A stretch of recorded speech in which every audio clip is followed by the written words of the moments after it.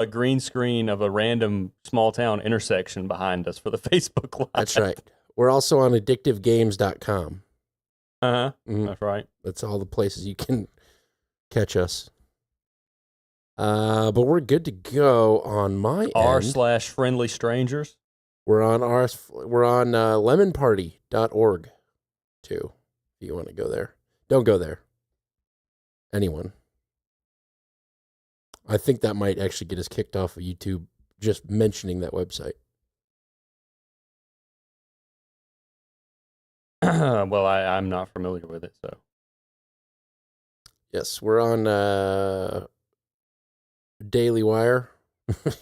We're on the Israeli Post. Because we have sabotaged the Daily Wire's website. That's right. And we are if our demands are not met, we will leak the photos of Ben Shapiro's sister. My God. She could feed all of Africa with those bad boys. They're large files. Plug your Ethernet in. Oh, poor lady. Okay. I'm good to go. Let's get it on. Get it on. It must be quite apparent by this time to any thinking individual that the people of our country and people of other countries all over the world are coming to face a moment of grave decision. A time when we will choose the course of our future. Oklahoma, Texas, New York, Philadelphia, around the world, it's gonna be a big nut bust. The Millennial Media Offensive podcast is now live. That's right. This is MMO number 233. Today is August 25th, 2026. And from the great city and state of St. Louis, Missouri, I'm Dan Gehring. And from America's South Coast, where the day of the rake cometh, I'm John G. Dew. Rake with a K? Rake. Yeah, well, yes. Okay, good. Just wanted to make sure I heard you. Are you familiar with the day of the rake? No, I assumed it was fall related. Oh, no. Well, it's Canada related. Oh, boy. The day that the U.S. will seize its target of Manifest Destiny 2.0, the day of the rake, because they're leaves, the day of the rake. Oh, I got you. We're raking up the maple leaves that are the Canadians. Yes. We're going to rake you. And rake your forests, because, frankly, that 2 weeks of smog in the air was not fun. An environmental crusade, Dan says. That's right. We're going to take over your government and take over your forests. All of your moose? I think moose is plural on its own. All of your moose are mine. Yes. Well, we'll get to Canada. There's a good bit that I've got to talk about relating to Canada, but let's just calm our jets for a second and tell everyone how we are, because they all care. They all care about us, I'm sure. So, Dan, how are you? I'm doing well. I met another week, another fan of the show. Met Brad last evening, had some dinner with him. Hell of a laugh. Good guy from Louisiana. So, like, he's a hoot, or he has a good laugh? He's got a good laugh. Like, he's a good laugh in that he's got a great personality. I was commenting on the fact that I was wearing like a shorter shirt than I usually do, and I had to keep checking because I was with larger appetite. No. Well, I told him I had to keep checking because I'm heavy, is what I said. And he slaps his gut and says, "Me too." And I go, "Oh no." And then I laughed and I was like, "I'm heavy, but I'm also heavy." He figured out what I was saying, but it was kind of funny. I see. Yes. The two kinds of heavies. Very good. Mm-hmm. Yes. It really is beneficial in some cases to be heavy in both ways. Yeah. Both in blocking and in shooting. Which is what the NFL is coming to. Anyway. How are you doing? I'm doing well. Yeah. I'm doing well. Just getting ready for the family to grow, and I think this is a good time for a programming note to say that we likely will not have a show with both of us present next week.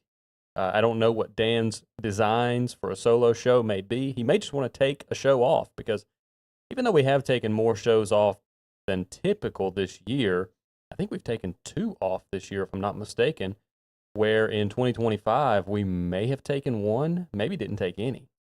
I think we did. I think there was 1 for sickness. Yeah, and we also put out more shows because we did the debates and stuff that we covered. Well, that's right. That's right. As boring as those were. Yeah, for real. I don't know if we'll make that mistake again, but Well, I'm sure we'll all get jazzed up for another one soon. we get an election coming up. We could watch the results we of a do. bunch of different races. We have a lot of elections coming up. It's true. We should live stream the Israeli debates. Do they do debates, I or do they just? think I don't know, they read spin Torah. a dreidel to see who speaks first, and then Ah. whoever does their best, whoever says they're going to murder more people wins. Well, okay. I'll check you on that. I'll fact check you Yeah. on that. No. I just asked Claude. Looks like that's So the real. What are real one. your what do you have any designs on a solo show? Well, first of all, congratulations. I don't know if you've ever mentioned that on the show yet, so that's exciting. I don't feel that it's really necessary a lot of times. Sure. But congrats, and Thank you. I might do something. Who knows? Today it was kind of exciting because we'll probably talk about it, but there were doomsday planes in the air and a secret flight to Russia by the U.S., and it was just like, oh man, something's happening. And people were getting charged up in the MMO chat, so it was pretty exciting. Well, everybody's getting charged up, but I mean, every good Democrat knows that Trump just needed a fix. Probably. He just needed that sweet, sweet golden fix. We'll see. I think big things might happen before November, but that's besides the point. Maybe a solo show next Big week. things as in measured in megatons? Could be.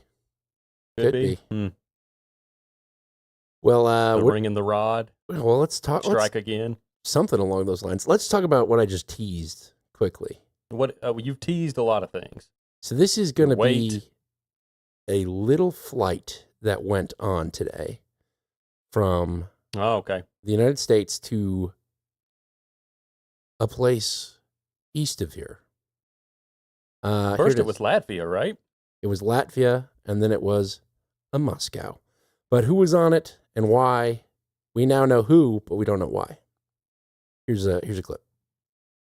CIA Director John Ratcliffe was reportedly on board a US military jet that mysteriously touched down in Moscow before a diplomatic motorcade sped through the Russian capital. Sources told CBS that the spy chief traveled to the Russian capital meetings. He was said to be on the US Air Force Boeing C-17 Globemaster III that landed at Vnukovo International Airport at around 8 a.m. UK time this morning on an unexplained flight from Latvia. The US government did not release any information on the plane, and the Kremlin claimed to have no knowledge of the flight. Shortly after the jet landed, a motorcade bearing American diplomatic number plates with a police escort was spotted speeding through Moscow.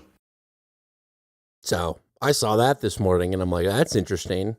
And then Hannah pings us in a message and goes, hey, 5 doomsday planes are flying overhead right now. And check it out. I'm like, oh, my God, what's going on? What's happening? Probably nothing. But still, it's interesting. This happens, too, as the U.S. declined to, I guess, display grievances towards the Russian strikes on Ukraine. There's a UN resolution. And the U.S. has not signed on to that resolution. Well, that's decent context. The context that was top of my mind was the reporting that we touched lightly last week, but not in a not so heavy that you could confuse us for being an American politician, but we touched it lightly and said that there was a lot of mainstream media coverage spinning up about Russian intentions to invade invade NATO, and we kind of did a short analysis on what would make sense. Where would it make sense for the Russians to invade? And we kind of came to the conclusion that they really wouldn't. Nothing really makes sense for them to attack NATO, where we knew before their invasion of Ukraine that there was an actual cause for invading Ukraine. And but we're looking at this one, and we were saying last week, well, really, I mean, what would they do? Invade Estonia? And why would they do that? They already have Baltic Sea access.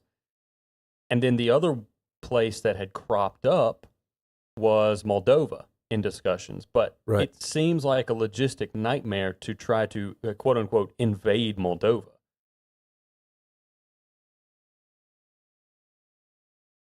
So it's really interesting that we had this reporting about Russian invasion imminent, Russian invasion of NATO coming, and then we have CIA director purported to have flown to Moscow. There are two types of doomsday planes that the U.S. has.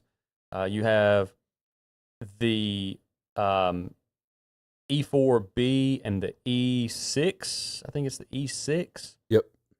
And the E6 are planes that are tasked with transmitting launch codes, nuclear launch codes. Yep. The E4s are more personnel, VIP. They have all of the important people they've been on board. rigged up. Yeah, they've been rigged up as continuity of government vehicles, basically. So, yeah, additional reports where 4 of them were flying around the United States. Then a 5th one took off, and people were saying it's odd that all 5 would be scrambled at the same time. Looked like training, but in the background of that quick kind of secretive flight to Moscow, which wasn't really that secretive, if everyone's talking about it, then right, that's it's not a that very big of a good secret. point.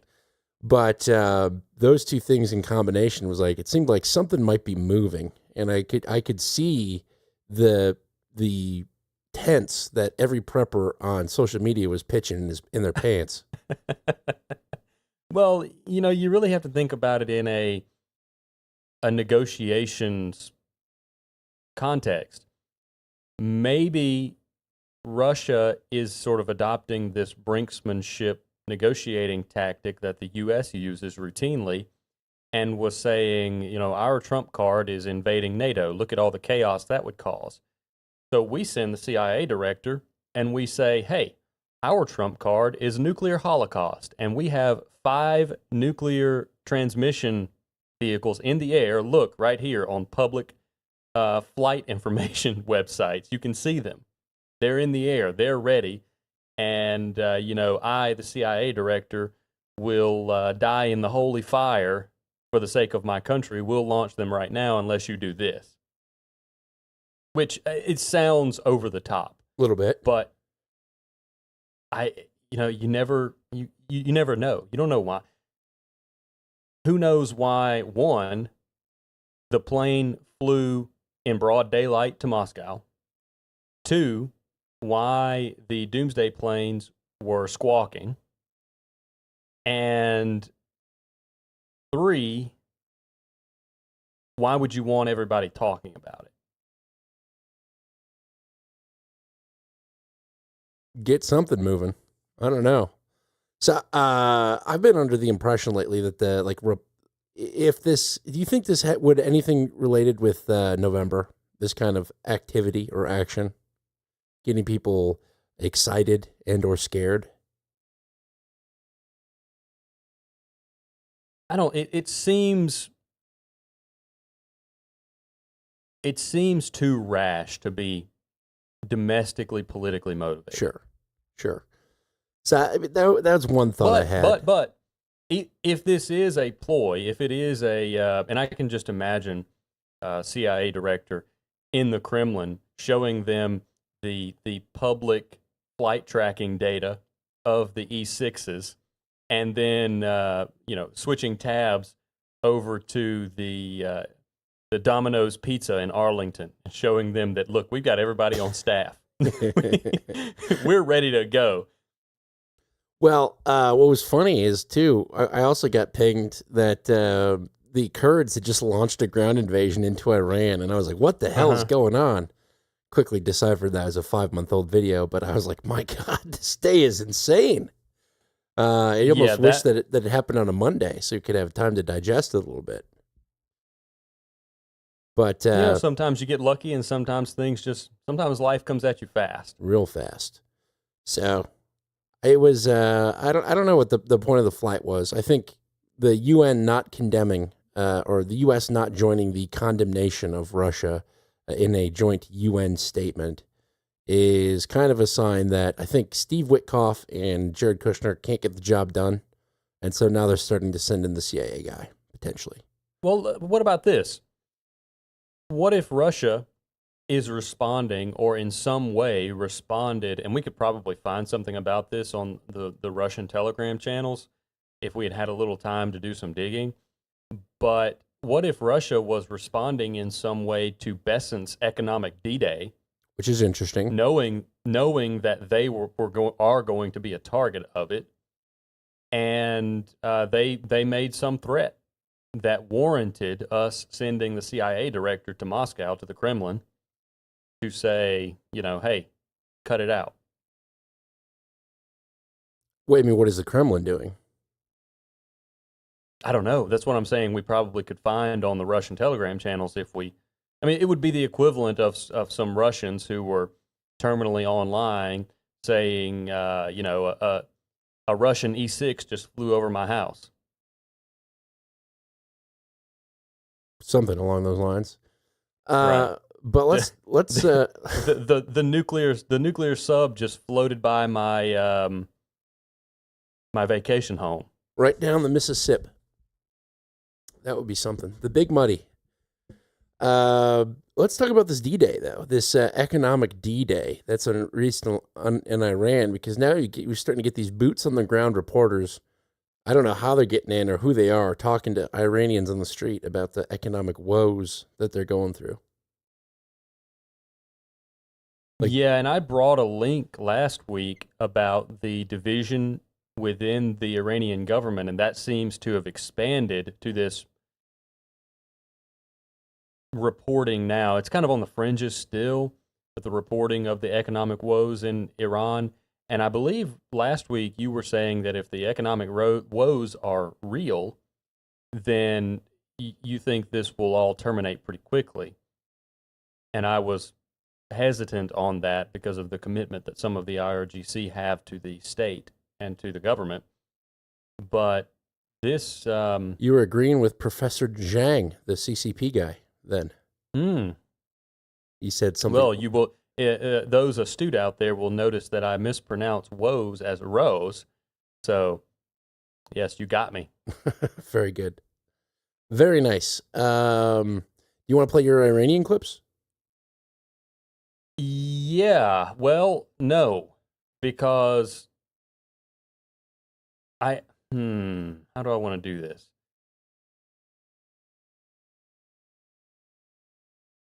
I actually don't have a good setup clip for the D-Day operation itself, but I can explain it. I might have something here. It's like a CBS NewsHour report on it. Okay. Where we go in and then they talk to people on the street. So this might be a good one. Just let me know if it's blowing up your spot at all, and I'll cut her off.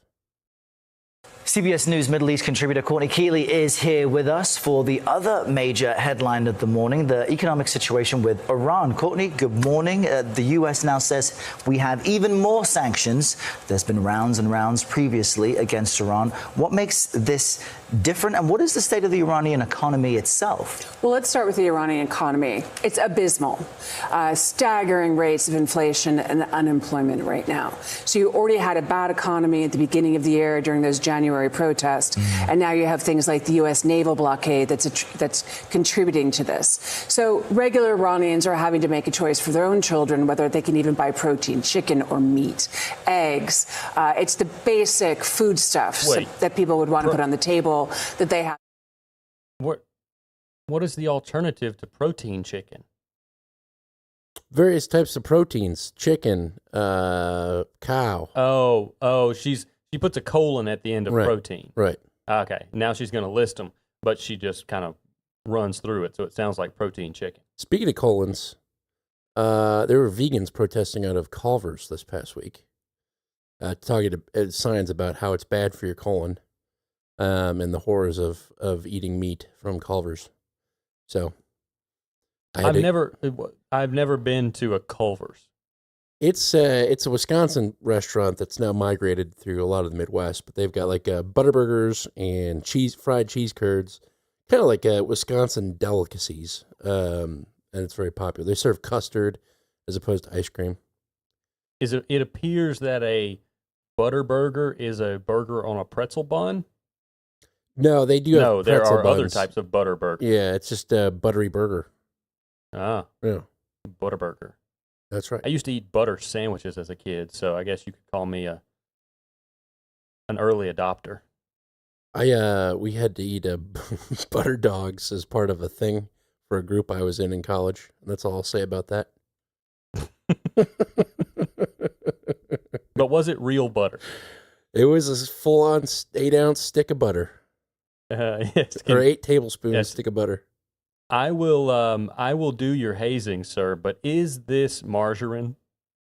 That's right. This better be real.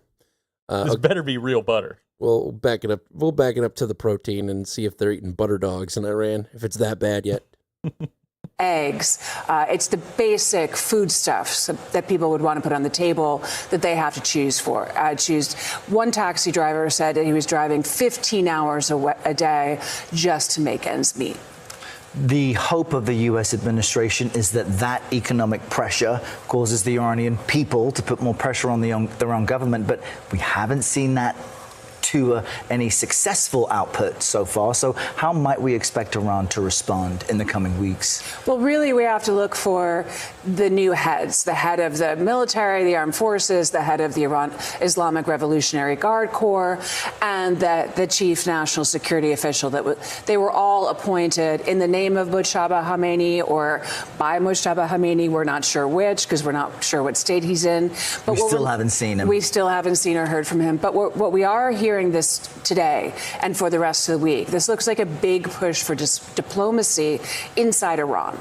So Pakistan's chief mediator, Asim Munir, the field army official, he's already talked to President Trump, and he's in Tehran. Now, we have to see who is he going to meet. Negotiators like the foreign minister, Abbas Araghchi, or is he going to meet with these top leaders that I've already said have been appointed just earlier this month that speak in the name of Khamenei and the regime? If they start meeting with IRGC, armed forces, then we might have some movement. Also, Oman is still negotiating with Iran. So we might be back to diplomacy, but we also have to wait to hear what the U.S. Secretary of Treasury says today. He's already put a piece into the FT about today's dawn breaking and this staggering economic new sanctions all happening right now. All right. Courtney Keeley with the latest insight on that. Thank you. I guess it wasn't really a lead into the D-Day as much as it was the economic situation of Iran on the ground. Well, that's okay. That's okay. I guess the best thing, I kind of pulled this as an example of the kind of dim-witted commentary that's being spouted on CNN specifically. This is in the Iran folder. It's the Edward Fishman CNN clip. Sure. And he wrote a book, called Choke Points. He wrote a book, so we should get him on the air. And this is an example of sort of the dim-witted angle to come at this from.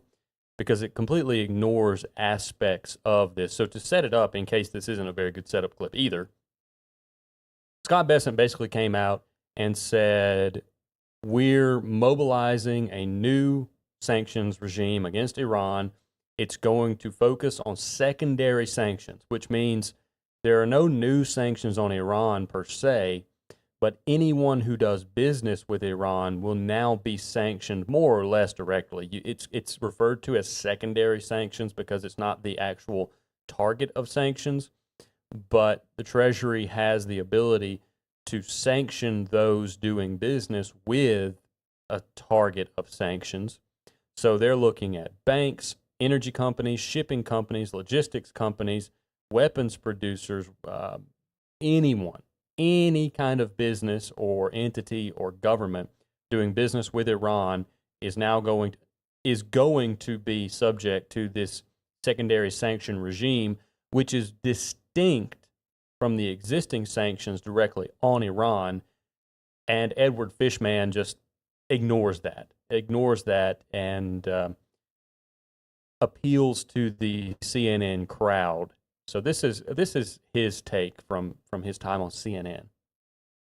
Joining me now, Edward Fishman, former diplomat and international relations scholar. He's the author of the book Choke Points, American Power in the Age of Economic Warfare. It's nice to have you with us this morning. So, I should point out there are some signs here that this economic approach is having some impact, but we're also dealing with a brutal regime, which we know is not necessarily moved by the plight of its citizens when they are suffering. How long do you think this regime will and can hold out? In your mind, is it months? Could it be years?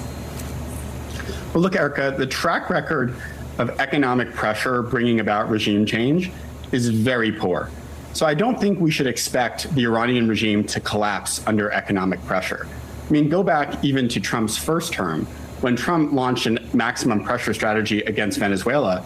The Venezuelan economy declined by about 75%. It was one of the biggest peacetime collapses we've seen of an economy.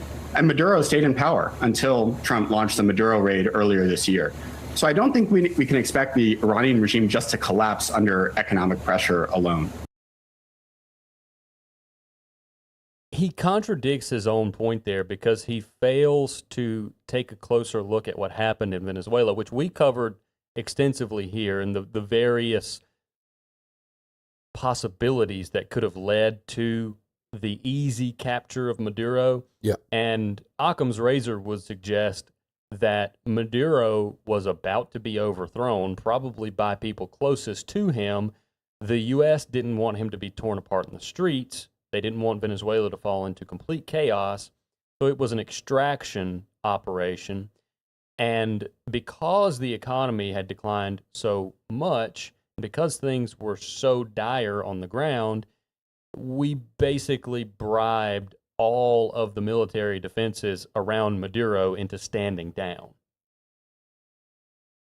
And yes, the rhetoric around the organ scrambling weapons that we have, they were all entertaining and fun. But it was likely just a case of, hey, look the other way, and here's a year's pay. Well, they mounted some defense a little bit, machine gun fire, but the claim was that we had used Claude to bring the grid down, and thus the S-300 Russian defense missiles were also not functional. So yeah, it seemed like either an ingenious operation or just an extraction operation gone right. Yeah. So he basically says, well, the sanctions worked, but we had to actually go in and get Maduro, so they failed.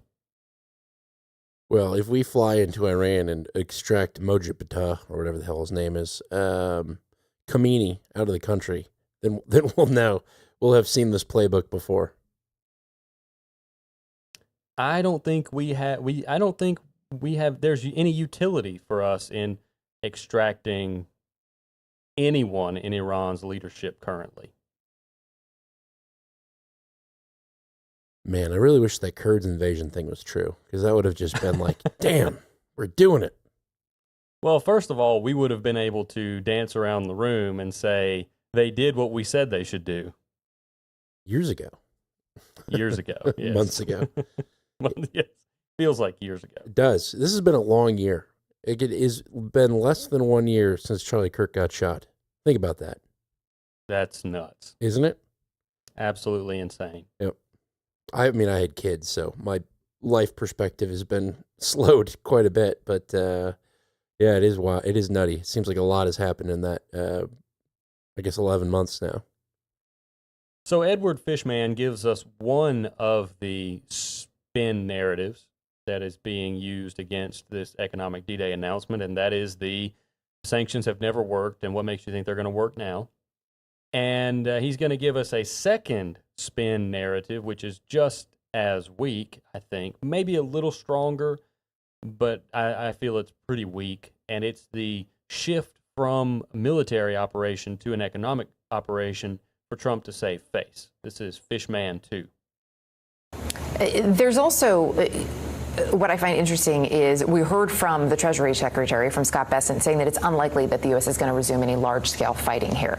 The reality in making those comments, while in some ways they may have been meant to soothe perhaps certain parties, Iran is listening to that as well. 100%, right? I think the Iranians understand 100%. that Trump doesn't want to fight a war. And this economic D-Day just sort of strikes everybody as Trump trying to seem tough and showing that he's doing something when he doesn't actually want to go back to the battlefield. What I'd also note, and a very important point here, is that Iran has been under comprehensive sanctions for decades. So really the only thing left to do on sanctions is to target Iran's trading partners. And really their top trading partner by far is China. And with Xi Jinping set to come to the White House in just about a month, it strikes me as pretty unlikely that Trump wants to ignite an economic war with China right now. Now, this line, for all of his faults, Fishman sparked a thought for me. This gives credence, this timing gives credence to the domino theory we've discussed here before of this entire series of operations from Venezuela to Iran, to Xi Jinping coming to the White House in a month, being part of a squeeze on China. Is it you working? Announce this, you give China 1 month to ruminate on it, and then when Xi Jinping comes to the White House, you say, here's the list of entities that we have observed doing business with Iran in the month since we announced this operation, and since you knew that we were going to take these actions. You can remedy them within 48 hours, or we sanction everyone on this list into oblivion. I fail to walk myself back from the brink of this is the term. This is the climax of all of this. Unless China says, no, and we'll see you, in Europe where we're going to fight this war because we don't want to ruin either one of our countries. I see this as the closest thing to a climax that we're going to see with this whole series of operations. And this is just pursuing the line of thinking that this is all centered around China. If it is all centered around China and toppling Venezuela was to put pressure on Iran, was to put pressure on China, there is no coincidence in announcing that we're putting secondary sanctions on anyone doing business with Iran with Xi Jinping coming to the White House in a month. It lines up perfectly. You give him 30 days. And China knows, as Fishman points out, China knows this is about them. They're the primary trading partner with Iran. They either have to walk back their support for a partner in the region, or they have to try to call a bluff. I like it. I think it's a good thought. So 30 days to feel the pain, and then China gets to reassess. What you're thinking? Yeah, and I wouldn't be surprised because I don't think China is going to back down just because some entities are under threat of sanction from the U.S. I think they've built out their infrastructure enough that they're confident that they can weather U.S. sanctions. I think Xi Jinping likely cancels his trip to the White House. I don't know if you want to put it in the book or not, but I think it's pretty likely that Xi Jinping cancels his trip to the White House under this sanction regime that was just announced, the D-Day. We'll call it Xi-Day. Xi-Day. Xi cancels. I'm going to put it in the book. Cancels trip to White House. JGD. JDG. Nope. JGD. What's the date of that supposed meeting? G2. I can find that for you. September 24th. Indeed. It's been added. Okay. So that's fun. I like it. I like the thought. So I'm still wondering how the flight to Russia plays into all of this. I have little belief that it has to do with the war in Ukraine. Well, what's your thesis? What's your thinking? Has your thinking evolved? My thinking is evolving as we speak. So I think it has to do with Iran, if I'm being honest with you, because Russia is also doing business with Iran. And so those businesses are getting sanctioned. And I think the CIA chief went over to kind of explain it and ease tensions. And I think out of an abundance of caution, that's why the Doomsday jets were scrambled as kind of a big, don't do anything rash because we're armed and ready to go. Look at the pizza tracker, Vlad. Went nuts, the Domino's pizza tracker. So I think there could be multiple facets to it, but I think the planes scrambled, the Doomsday planes, and the trip to Moscow on the heels of this economic announcement going live were all synchronous. They were all planned, all part of the same chorus, if you will. Yeah, I believe so too. Now, I have a couple of links that I'll put in the show notes for anyone who wants to look at these after, but I've got some interesting countermeasures, you could call them, that Iran has undertaken or that Iran is enjoying from other countries undertaking things that might benefit Iran. The first one is Tajikistan asks to import Iranian oil and fuel. Let's see, I'm reading. In a statement posted on its website this week, the country's transport ministry said that Tajikistan had requested 2.55 million tons of fuel, including 2 million tons of crude, 150,000 tons of gasoline, 300,000 tons of diesel, and 100,000 tons of jet fuel. So if you would ask everyone to look at a map. Let me ask you to look again at a map. Tajikistan is basically the cap that sits on top of northeastern Afghanistan and separates most of Afghanistan's northeastern border from China's western border.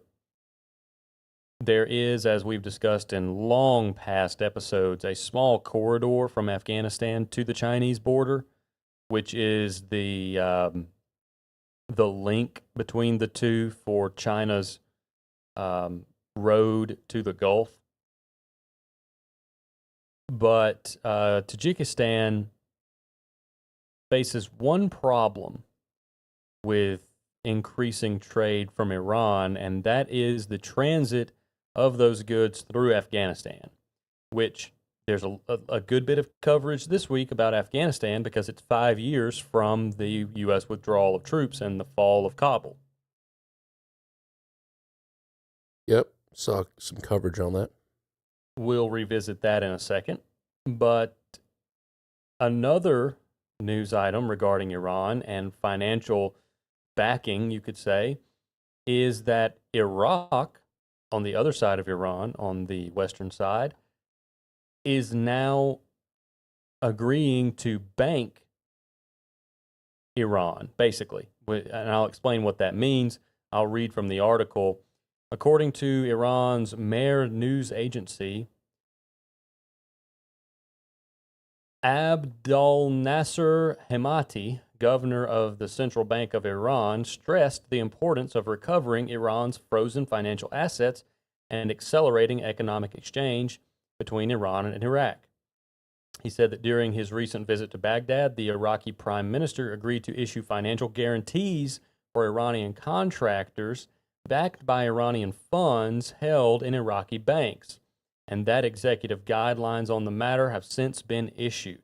Now, this is $15 billion in assets, and this, as I understand it, is the Iraqi banks basically collateralizing loans to Iranian contractors with Iran's frozen funds that are held in Iraqi banks.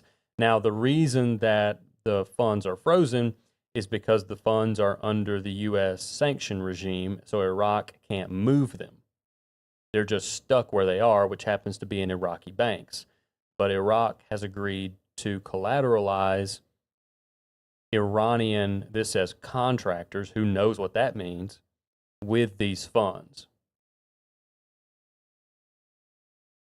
So Iraq is agreeing to pretty much loan out money to Iran or Iranian contractors. Right. Any number of things. Simultaneously, last week or the week before, we spoke about the pipeline deal that Iraq just signed with the United States. Mm-hmm. So do you think Iraq is now going to become sort of a puppet Western state that acts friendly to Iran, but we're actually screwing them? Because I'm just trying to understand how Iraq is playing that if they're going to do a pipeline deal with the U.S., that they're also now willing to collateralize frozen loans without pissing off the United States, unless it's part of a larger plan.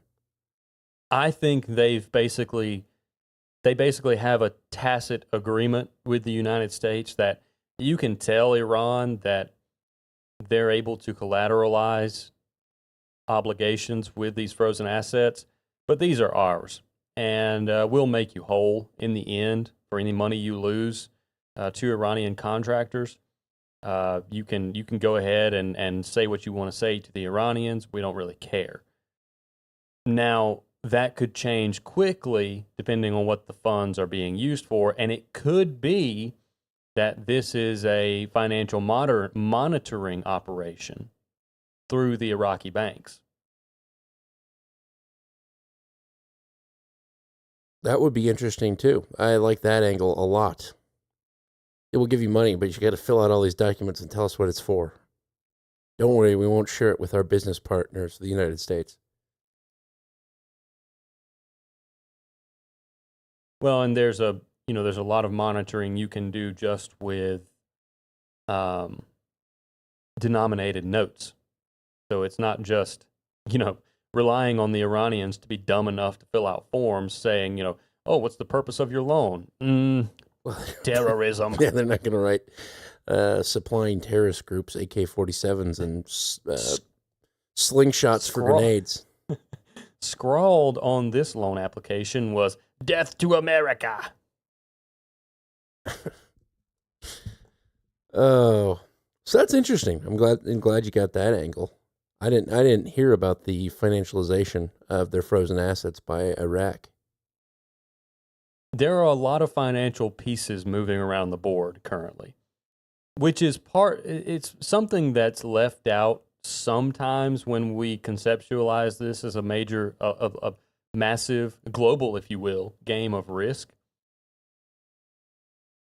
But we do talk about the financial aspects quite a bit.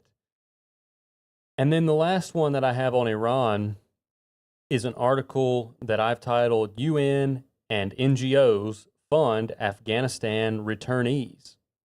Now we're back over to the Afghanistan side, talking about the role that Afghanistan plays in allowing Iranian goods to transit to Tajikistan. And I'll read from this article. The United Nations, together with national and international NGO partners, if you have a bell, ding it, launched today the 2026 response plan for Afghan refugees, RPAR, comprehensive strategy focused on supporting returnees as they arrive at border crossing points through to the communities where they settle across Afghanistan. The plan aims to reach an estimated 2.7 million Afghans projected to return from Iran and Pakistan between April and December 2026. Now, this is interesting because we've been talking about for quite a while the geopolitics of migration, basically, and how you can weaponize migrant communities. Yeah, mostly in liberal Western countries, but I suppose. So when I saw that the UN and international NGOs were involved in this project, I had to do a little more digging. And this has been going on. I mean, they're called returnees, which I think is something that should be popularized across the world. We need more returnees in the world. But this is something that's been going on in Afghanistan for quite a while. And it's been funded since November 2023 by the Border Consortium. And then we have several different funding mechanisms.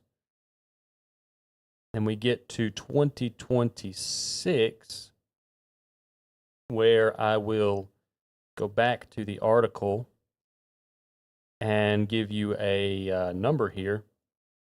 This is $529 million for the 2026 response plan for Afghan refugees.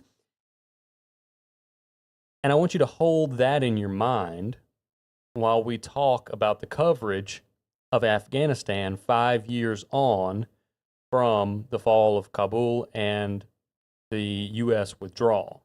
And I'm sure you can guess how the Western coverage of the Taliban government is going to play out. But I find it very interesting that you have a border state to Iran that is going to have goods transiting across it to countries buying Iranian goods. And you also have international communities sponsoring returnees to that country who could prove to be a very destabilizing community, a very destabilizing population. Like the Syria playbook with HTS? Not far from it. Okay. So if you go to the Afghanistan folder, I have a clip called Afghanistan Returnees, and this is from Al Jazeera. Is it really called that? Is it really not there? I see a lot of different clips, but none of them are named that. Well, let me see. Maybe I saved it in another folder, or maybe I didn't clip it at all. Afghanistan.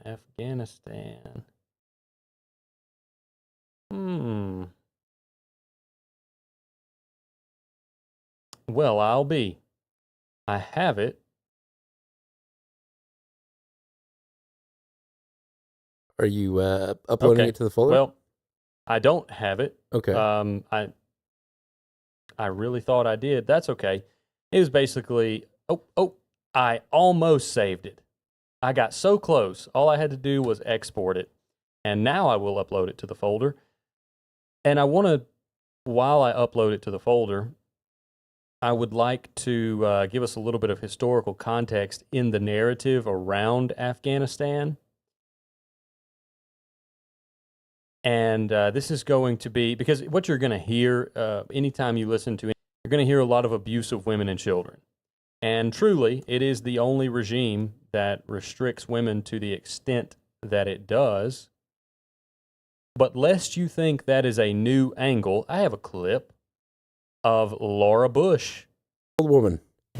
I'm Laura Bush, and I'm delivering this week's radio address to kick off a worldwide effort to focus on the brutality against women and children by the Al-Qaeda terrorist network and the regime it supports in Afghanistan, the Taliban. The Taliban in Afghanistan. The Taliban in Afghanistan. Okay, so you should have the returnees clip by now. I believe I do. That's in the Afghan folder? Afghanistan. Afghanistan. Afghanistan? Let me see. Returnees. It has just popped up. Here we go. Thank you, Laura. Now we will hear about the returnees. It's tedious and difficult work, and it doesn't pay much, but Raza Khan and his children work all day, laying bricks because he says it's the only way to provide for his family. I'm sorry. It has been 1 year and 2 This, It has been 1 year and 2 months since I came back from Pakistan. We were forced out and returned to Afghanistan. This was Raza and his family a year and a half ago on the Pakistan-Afghan border. They, like millions of other Afghans, have been finding them back. In Pakistan, Raza owned a business. Here in Afghanistan, he says he can barely afford food. According to the UN, nearly 40% of the population experiences high levels of food shortages. Relief agencies estimate more than 3.5 million Afghans have returned since early last year. But the economy, recovering from decades of war, is struggling to cope with the influx. In the province of Nangarhar, near the Pakistani border, prices have been rising. Due to the influx, there are no jobs and unemployment has increased. House rent has gone up from $30 to $60 a month. Now, if a poor person cannot even afford to buy bread, how can they even afford to pay that much rent? The UN High Commissioner for Refugees is visiting Afghanistan to highlight its growing humanitarian crisis. It's the first high-level UN visit in a year. The UN estimates 3.7 million Afghan children under the age of 5 will experience dangerous levels of hunger this year. My heart aches when I see my children working here, but I cannot do anything about it. There is nothing I can do to get them out of this hardship. Brick by brick, Raza and his children have no choice but to keep on working, hoping they can afford their day's bread, and maybe one day build a better future. Malik Traina, Al Jazeera. Always leave with a little bit of hope. A better future. That's right. Well, it is Al Jazeera. So you've got that, and I want to contrast that with PBS. Now, I've got several clips here. Some of them are pretty quick. This is PBS doing a human interest piece, or several human interest pieces from the retrospective on 5 years under the Taliban. You know, it's the modern version of 7 years a slave. It's 5 years a woman in Taliban in Afghanistan. Anyway, this first one is about a gentleman they've named, because it's all fake names and blurred faces, until they zoom in very close on their eyes, which I feel like is not a very good method of operational security for these people, because, you know, things like eye scanners exist. But anyway, I'm not the media mogul, so I guess I don't know what I'm talking about. But this is a fellow they've named Rasul. Rasul. And so when they were suddenly... He was a fighter for the Afghanistan government, supported by the U.S. government. He was fighting against the Taliban. So this is his story. So when they were Oh, you want this guy because he's one of the good guys, and now we're sending him back. Suddenly told to lay down their weapons and return home, he couldn't believe his ears. We never thought they'd come, change the regime, and defeat us. We never even considered not fighting and surrendering to them. Since his return home, Rasul has lived a half-life in the shadows, avoiding the authorities. ANA soldiers were promised amnesty, but every few days he hears of an old army friend who's been mysteriously killed or disappeared. In those dark moments, he can't help but ask, what was it all for? They fought for 20 years, and many people lost their lives. If they wanted to surrender and hand over the government, they should have done that from the start, to avoid all this. As Rasul and his comrades surrendered their weapons, panic packed the streets of Kabul. Tens of thousands of Afghans surrounded the airport, trying to flee in the face of a victorious Taliban. Pick up her legs. Families faint and desperate in the baking August heat, shielding small children at their backs, thrusting foreign passports, visa paperwork, and pleading cardboard signs into the air, willing to try anything to make it through gate after heavily guarded gate to safety, to a way out. Okay, so we have this interesting piece from PBS, and you get a taste of it there, where it's a true human interest focused piece, but they're gonna. I fully expected this to be a hit on the Taliban, and there are elements of that. Say Taliban bad, and if Taliban goes, that's a good thing. But there's also more, equal if not more, sentiments in this that are critical of the U.S. government. Of course, that's where you get the guy that fought against the Taliban. That's then all of a sudden said, put your weapons down and go home. And it's like, I get that angle right away. Oh, it's critical of the U.S. here. Even though everyone wanted the end of the 20-year war. I know I am. Thank you. Okay, so let's continue now. Of course, it can't just be, we're going to start with a man, a fighter.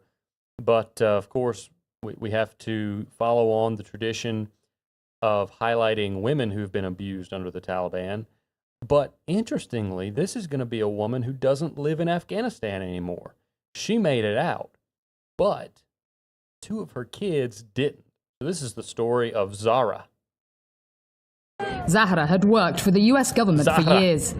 Within hours, Taliban fighters arrived at her home. Her family hid with a neighbor, awaiting evacuation instructions from her employer. But next morning, she was called to the airport. I said, I have to work. This is the only way I can save you all. Otherwise, they will not accept to take us.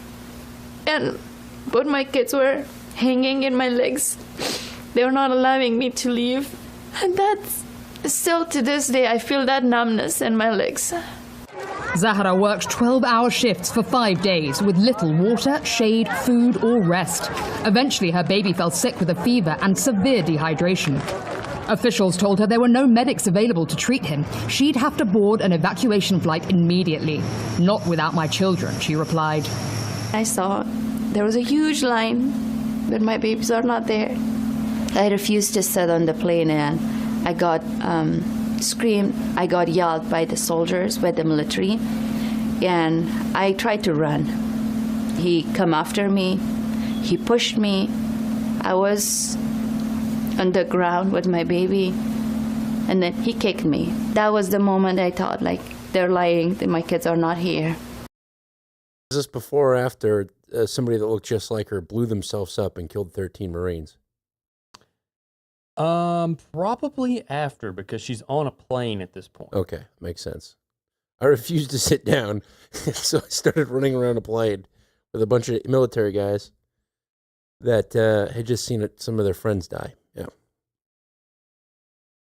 I'm the victim. I'm the victim. So, let's learn about her kids. Now, I thought this was, this clip that is her kids, and by the way, this American reporter here, who is, let's see, let me just click the link in the show notes, which you should do after the show. You should go watch some of these things for yourself. Let's see here. I love how PBS never credits their field reporters in the comments. They never put their names. We would never do that here at the Millennial Media Offensive. If you help produce the show with a donation or with information, we put your given name, like you know, if you want to be Rasul, you can be Rasul. We credit you in the show notes, which is the equivalent of our comments. This can't find the lady's name. They don't want anybody to know who's doing their reporting. So let's just play the kids clip. She's in Afghanistan, is the point I'm trying to make. She's in Afghanistan visiting Zahra, her kids. And I felt like she made not only did she make a strange comment here, but it's more strange to include this comment in the clip. Let's see if you can pick it out. What's this one? 5 years later, Zahra's little girl and boy are still trapped in Afghanistan. Mina, now 14, is a teenage girl growing up without her mother under a government that bans women from almost everything she imagined her life would be. That's where your mom is. I'm afraid of the Taliban. When I see them taking Afghan women, I'm afraid that they will take us too. I feel scared at night when I sleep, and I'm very stressed during the day. I feel so sad and depressed. She's developed a severe anxiety disorder, struggles to eat, and has constant nightmares. I need to go to my mother. I miss her, and whenever I think about her, I start crying. Yes, exactly. I live in the USA. Mina still dreams of the life in the US that was promised to her. I want to go there and build my life. Here, schools are banned, and I can't go anywhere. Her sick, elderly grandmother does what she can, but is struggling. She barely takes the kids outside now. 6 times the family has been told their paperwork was processed and they could board a plane to the US. 6 times Zahra waited as they were turned back. The only thing I know is I'm waiting for my kids. And that hope is keeping me alive. I tried to end up my life 2 times, actually. But realized that they don't have anyone else except me. They need me. Regret. Doesn't her 5-year-old baby that she has with her need her as well? Yes. He says, is the only thing more painful than her broken dreams. I work for this government. I put my life on risk, my family's life in risk. I listened to them. I trusted them. I wish I did not. Awfully pointed to include in this report. I wish I did not, as an Afghan, I wish I did not trust the U.S. government. It is interesting. I thought it was interesting to put, the correspondent's name is Leila Molana Allen, and I thought it was interesting for her to include a piece where she's telling these 2 kids stuck in Afghanistan without their mother, yes, I live in America. Yeah, and that we promised them citizenship? Well, of course. Yes. I mean, her mother helped the U.S. government, Dan. Their mother helped the U.S. government. They were supposed to be given the American dream. Damn. Only I had known. Be in a mansion by now if I'd helped the U.S. government. Yes. Yes. You know, I struggle to understand why Zahra doesn't just go back to Afghanistan. She can't, because she's got their baby, and she can't subject them to the Taliban. Mm-hmm. Yes, of course. So where's she living? Where's Zahra? Did we ever hear that? I believe Los Angeles. Oh. Shattered dreams. She couldn't live a little closer? That is quite literally the other side of the world. I mean, I understand that certain cities on the other coast are kind of like Afghanistan, but you should be a little more understanding. She could go to Turkey? Turkey lets anyone in, except for the gays. No gays. Well, she's here. She didn't read the fine print. 1 breastfeeding child, maximum. I don't know. It is. Okay, it's sad now, for her, but I feel like there's it other is. things. It's a tragedy. But what I mean, what are you going to do? What are we going to mobilize the full force and machinery of the U.S. government to reunite this woman and her children? We How should. many other cases? We should go into Afghanistan, knock out the Taliban, and start a democracy there. We could do that. Now that's 4 weeks. That's tops. a good idea. Harboring terrorists over there. Now, speaking of harboring terrorists, there are some new threats that PBS is giving us a little taste of. Give the people a little taste of what kind of malcontents there are in Afghanistan. New threats. 5 years later, the Taliban has a firm grip on the capital and most of the country. But new security threats have emerged. The regional branch of ISIS continues to launch terror attacks across Afghanistan. Afghan resistance groups have also hit government-linked targets. And now, members... Kabul hasn't been so safe in years.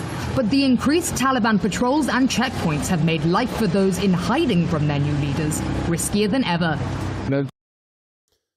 So the Taliban National Army is attacking, or was it the Afghan National Army is attacking the Taliban, who are now the government? Yes. Really confusing. Yes, and ISIS fits in this how? They're attacking everybody? ISIS is there. They're there. They're attacking the Taliban and the National Army? Well, they're attacking the Taliban. Interesting. Because the Taliban's not, fundamentalist enough, or they've got the wrong funders, backers. Right. You're not flying the right flag. Right. Yes, we fly the black flag. Yours is white. Is that the Taliban? I don't even know what the Taliban's flag looks like. It's white. If you look at some of the parades from this week celebrating the 5 years, it's all white flag. Oh, shucks. I know. Okay. Now, the point of all of this is to say it would pay dividends in an Iran strategy to destabilize Afghanistan once again.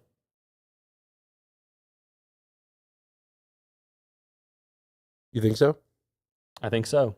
I think it would. I think it cuts off. We're flooding a bunch of migrants back to Afghanistan to destabilize it, you think? I think that's a part of it.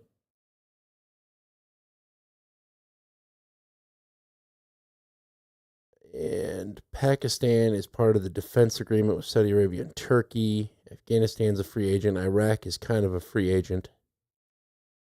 It's interesting. And we didn't bring up Turkmenistan, but we brought up Tajikistan. Tajikistan, who agreed to buy Iranian oil and gas. Now, we have, in the last week or 2 weeks, talked about how the U.S. and Pakistan are bombing terror targets in Afghanistan. So this isn't the first time we've talked about Afghanistan in relation to this Middle Eastern operation. Right. Yeah, it'll be interesting because right above Iran is Turkmenistan and Kazakhstan, and I think they're definitely the obvious continuation of the Trump, the TRIP line, the Trump line through Azerbaijan and Armenia and Turkey through to the stands, if you will. So we got them surrounded, at least. To secure the rare earths. That's right. And uranium, or the other material that's better than uranium for nukes. Thorium. Yep. Well, that one's for the nuclear energy. Mm. Okay. Well, I'll forego the final clip. It's about it involves torture, and of course, you want to end this segment with a bang. So you talk about the family whose son was tortured by the Taliban, but I'll forego that one for the sake of time.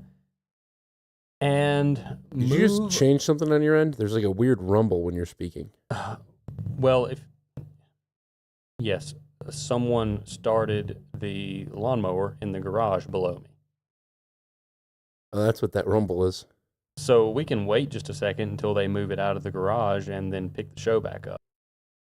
Waiting on the lawnmower to There it be goes. moved. You should no longer hear it. It's true. I no longer hear it. So where were we? What was I saying when the rumble started? Something about the tortured family clip. I can just start that piece over and then we can piece it together. Was working to advance women's rights in rural Afghanistan. And, you know, you want to end the segment with a bang. So you talk about the family that was subjected to torture because they were advocating women's rights. And that's what Afghanistan has always been about, is women's rights, of course. So we'll just put that one to the side. If you want to hear that piece, you can go to the show notes and watch the video yourself. But that wraps up my Afghanistan coverage. Do you have anything that flows naturally from there? Because if not, it's funny. Everything is getting to be more and more interconnected. It's almost like it's a, what would you call it? A world tension, a world conflict, disagreement. Yeah. The word escapes me, but I'm going to take it to Canada and the trade war with Canada, unless you have something in between there that you want to pick up. Well, it's regional, and it's in the kind of Arab African region, which I think is interesting. This clip is probably funnier than it is informational, but effectively there's a pirate incident off the coast of Somalia, and the only people that are talking about it are these Indian outlets. And this actually came in from Trashman. He sent us an email. I found this secondary clip, and I found it just to be kind of hilarious. So, in short, a Cameroonian-flagged ship piloted by Indians was hijacked off the coast of Somalia, and its cargo was Turkish weapons for a Turkish military base. But the way it's presented is hard to understand anything that they're talking about, but it is pretty hilarious. So I'll just squeeze this in here before we get to Canada. Now, a Cameroon-flagged cargo ship carrying Turkish weapons has been hijacked by pirates off Somalia's Puntland coast. At least 6 Indians are among the 10-member crew aboard the vessel named Lutuf. According to a Somali official, 8 pirates seized the ship on Monday and took... Daggum second. Why are you doing this to us? Because it's funny. I mean, she said a Cameroon-flagged ship with 6 Indians on board carrying Turkish weapons was seized off the coast of Somalia. That's geopolitics in a nutshell right there. That is geopolitics in a nutshell, and I'm just imagining her microphone being 30 feet in the air from her and her stretching her neck out trying to yell at it. You haven't even got to the part where she actually starts to yell. Well, continue then. Of course. Towards Puntland's Nugal coast. The vessel was reportedly carrying weapons bound for a Turkish military training facility in Mogadishu, along with communications and satellite equipment. The ship was seized around 3.5 nautical miles off Maraya in Puntland's Isle district. Let's go to Brian joining us on this. Brian, what are the efforts that are being made as of now by the officials to rescue these people on board, including the Indians? I love how what's going on to rescue the people on board, including the Indians. Yes. Be sure not to exclude the Indians. Yes, they are people too. 6 Indian nationals are among 10 crew members who were on board a Cameroon-flagged cargo ship that was hijacked by pirates off the Somalia's Puntland coast. Now, this vessel has been identified as MV Lutuf, was seized earlier this week near the coast of Puntland's Isle district. Now, very importantly, the ship, like you mentioned, was carrying Turkish weapons and military equipment destined for a Turkish military training facility in Mogadishu. Now, it was also reportedly carrying communications and satellite equipments. And what we're getting to know from the reports that the pirates then took control of the vessel and it moved towards the Somalia's Nugal coast. Very importantly, as of now, the current status of the 10 crew members, including the 6 Indian nationals, are still not very clear. Definitely. Yeah, no one's going to save them. They don't have the abilities. But what I did think is interesting is it was off the coast of Mogadishu, where there's a Turkish military base. And these pirates seize it. And we know that, is it Boko Haram? That's the big issue in Somalia? No. It's not Boko Haram. It's Haram something, isn't it? Somalia terrorist group. Al-Shabaab. Al-Shabaab, that's it. Who apparently uses the ISIS flag as their flag.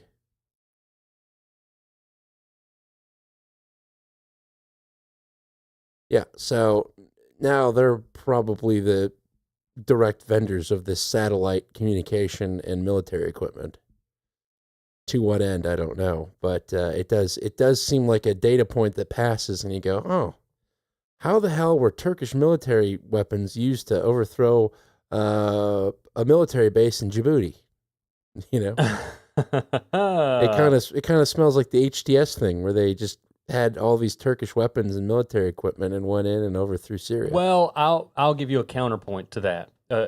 I think this could have actually been a legitimate transfer of weapons to Mogadishu, because we discussed and have said on this very program that under the security agreement between Turkey, Saudi Arabia, and Pakistan, we should start to see Turkish military operations in the Red Sea assisting Saudi Arabia with Yemeni rebels and other malcontents in the Red Sea. And it looks like that's what we were about to see. But they conveniently got hijacked by pirates and their things stolen. They had 2 Serbian armed guards on the ship and 6 Indian people. And I forget where the other couple of folks were from. Well, think about, you don't really want to cause a stir or bring attention to the ship, because a lot of ships transit that coastline without trouble. So the likelihood of a ship being intercepted by pirates, now the pirates may have had intel, and that's an interesting idea, is that the pirates were tipped off by someone. Manifest Iran. You think that's, I wonder if that's how they're now supplying the Houthis, is by having pirates steal ships intended for Turkish military bases. Well, the Houthis are well armed, so maybe, but the Houthis aren't in need of armament. The people that are in need of armament are Al-Shabaab, who are trying to combat the Somaliland breakaway region that has been endorsed and supported by Israel. Yep. I just want everyone to take a second to think about just the quality of analysis of geopolitics, if not the quality, the quantity at least, that you've heard since the kickoff of this show, and compare that to what you would hear scouring YouTube videos and trying to piece all this together from the talking heads and the underwear ads and everything else you have to deal with. They deal with it yelling at a mic.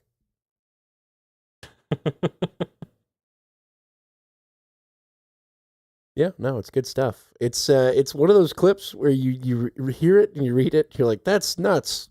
But I wonder if it has any value. And then, yeah, you tie into what it's near. You start looking at maps. Let me ask you to look again at a map. And it makes sense. Don't you have a Trump map, Stinger? I think I do. Take a look at a map. Ah, there we go. There it is. Okay. So let's go, now that we've got that little additional Middle Eastern aspect out of the way, now I think it's safe to transit to Canada. Well, do you have a lot of material for second half if we do all this Canada stuff here? Because it may just be a Dan show for second half. That's okay. I got an interesting mix of different things in Europe and the United States.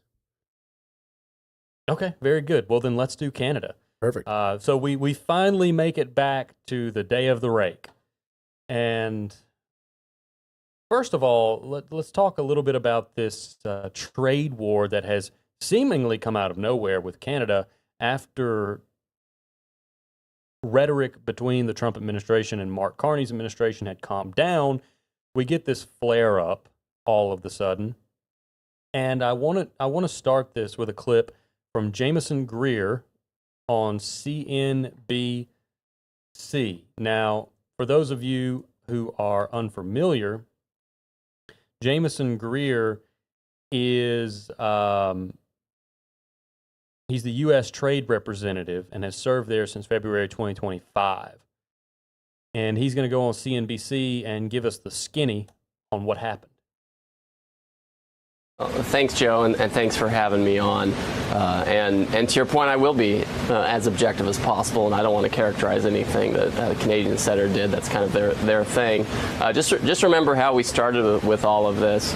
The Canadians over a year ago, they prohibited the sale of American wine and spirits in their stores. They put limits on how many autos could go into Canada, and even before that, they restricted the sale of U.S. dairy into Canada. So lots of new and long-standing issues with Canada. After about a year of asking them to eliminate these, they said no, so we proposed some very tailored tariffs covering about 5% of what they send us, so pretty low amount in the grand scheme of things to have our own tariffs on those to counter out that retaliation. The Canadians came to us about a month ago. They said we'd like to negotiate. We didn't ask for it, but we said okay, we're happy to move forward in good faith, and we did, and they did. We progressed to a point Tuesday night where we had enough agreement among the parties to announce that we had found the way to a deal. Then we set about to finalize it, and then in the last hours, I think there were things that the Canadians just, they wanted more. We offered them the best access to the United States of any country in the world. Obviously, there's always going to be tariffs, and there's going to be that protection for American workers and companies. That's the president's trade policy. That hasn't changed, but we sought to accommodate the Canadians by giving them by cutting tariffs in half on steel, on aluminum, and extensively reducing them on autos and even on things like softwood lumber, accommodating some element of that. Things that are sensitive for the Canadians. They wanted more. I don't know if it was political for them. It certainly doesn't make economic sense, but perhaps for political reasons. They have some by-elections coming up. I don't know, but they came in and they wanted more, and we weren't prepared to do that. Okay. Now, I find this, the follow-on here, to be fascinating. So taken at its face value, we're negotiating all of these things with Canada after Trump's initial announcement of the blanket tariffs. He announced for all countries these blanket tariffs. Canada said, no, not us, and did the things that Jameson Greer was discussing. And he paints that as Canada making the first move. It really wasn't. But it was targeted where the U.S. tariffs weren't targeted at Canada. They were just general. So you have this lull where it's out of the news. No one's thinking about it. And then all of a sudden, boom, Canada's back.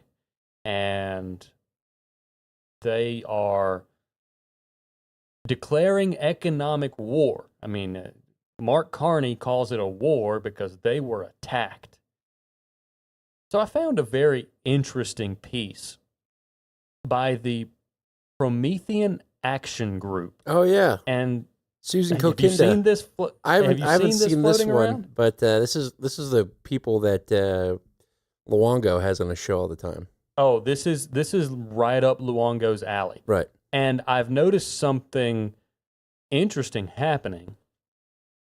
This narrative about Carney being a point man for the globalist order out of London. Yeah, City of London. City of London is really picking up steam. Glenn Beck is talking about it in a way. So this has gone from being a Tom Luongo pain point, the City of London. You know, the City of London, his podcast should be called the City of London Pod, to really gaining mainstream adoption. And I can't help but think, you know, there are things when we see them and no one else seems to be seeing them and no one seems to be talking about them, I give much more credence to them being the case. And that's sort of the way I felt about the City of London theory for a long time, because no one seemed like they wanted to adopt it. They didn't want it to be really out there. Okay, Tom Luongo can talk about it, that's fine. But now it's really gaining traction, and it makes me hesitant because I've accused this administration of appearing to play whack-a-mole. A problem appears, you whack it as hard as you can, and you call it strategy.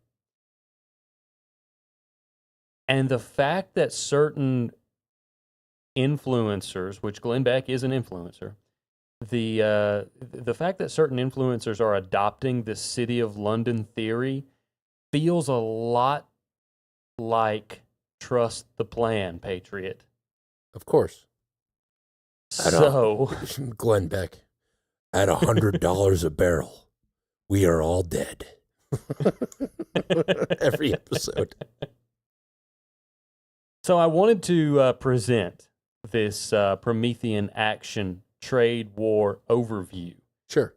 So it's got some good bits in it, and it is compelling. I think that's what makes it an attractive piece to pick up and paste onto the current operations to say, yeah, this is what's happening. This is how smart my president is and the people he hires, which I really hope. It's like the Chinese domino theory. I really hope that's the case. It's the best case. Right. For there to be a grand strategy is the best case. But I have to be skeptical where skepticism is warranted. And when Glenn Beck is talking about it, skepticism is warranted. So, Promethean Action Trade War Overview is the first clip. Now, regular followers of Susan Promethean Kilkinda. Action will not be surprised by this, because we have been exposing Mark Carney's role as the Empire's point man against Donald Trump since both of them came into office in early 2025. So while Carney lectures the world about Canadian sovereignty and rallying the middle powers of the world into some kind of new alliance, his real assignment is simpler: rescue the Empire's globalist system from Donald Trump. And to do it, he has built a strike force aimed straight at the United States. So what does it mean to influence the midterms? It's the economy. This administration is running an economic revolution, pulling manufacturing and supply chains back home, rebuilding the kind of country where one income can raise a family again. J.D. Vance laid that out in Middletown, Ohio last week. But that takes time, and many, many Americans are still suffering from decades of globalist looting. So the globalists are doing everything they can to delay the turnaround and to throw new disruptions into the mix. Carney's trade war is one of them. Trust the plan.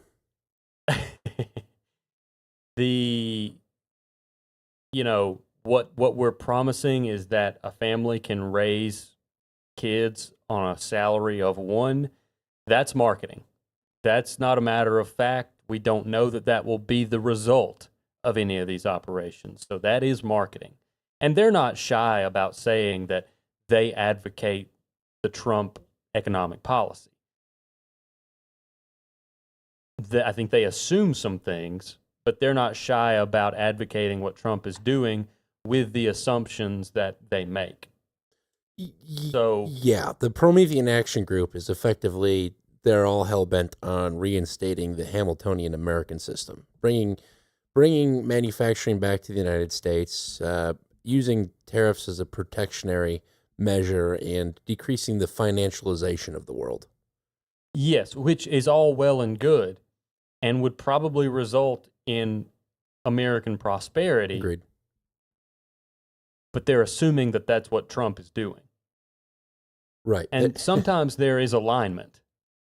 Yes, there's been quite a few issues where it made sense. I really liked this theory post Venezuela. After Iran, I'm like, okay, this is not what we're doing.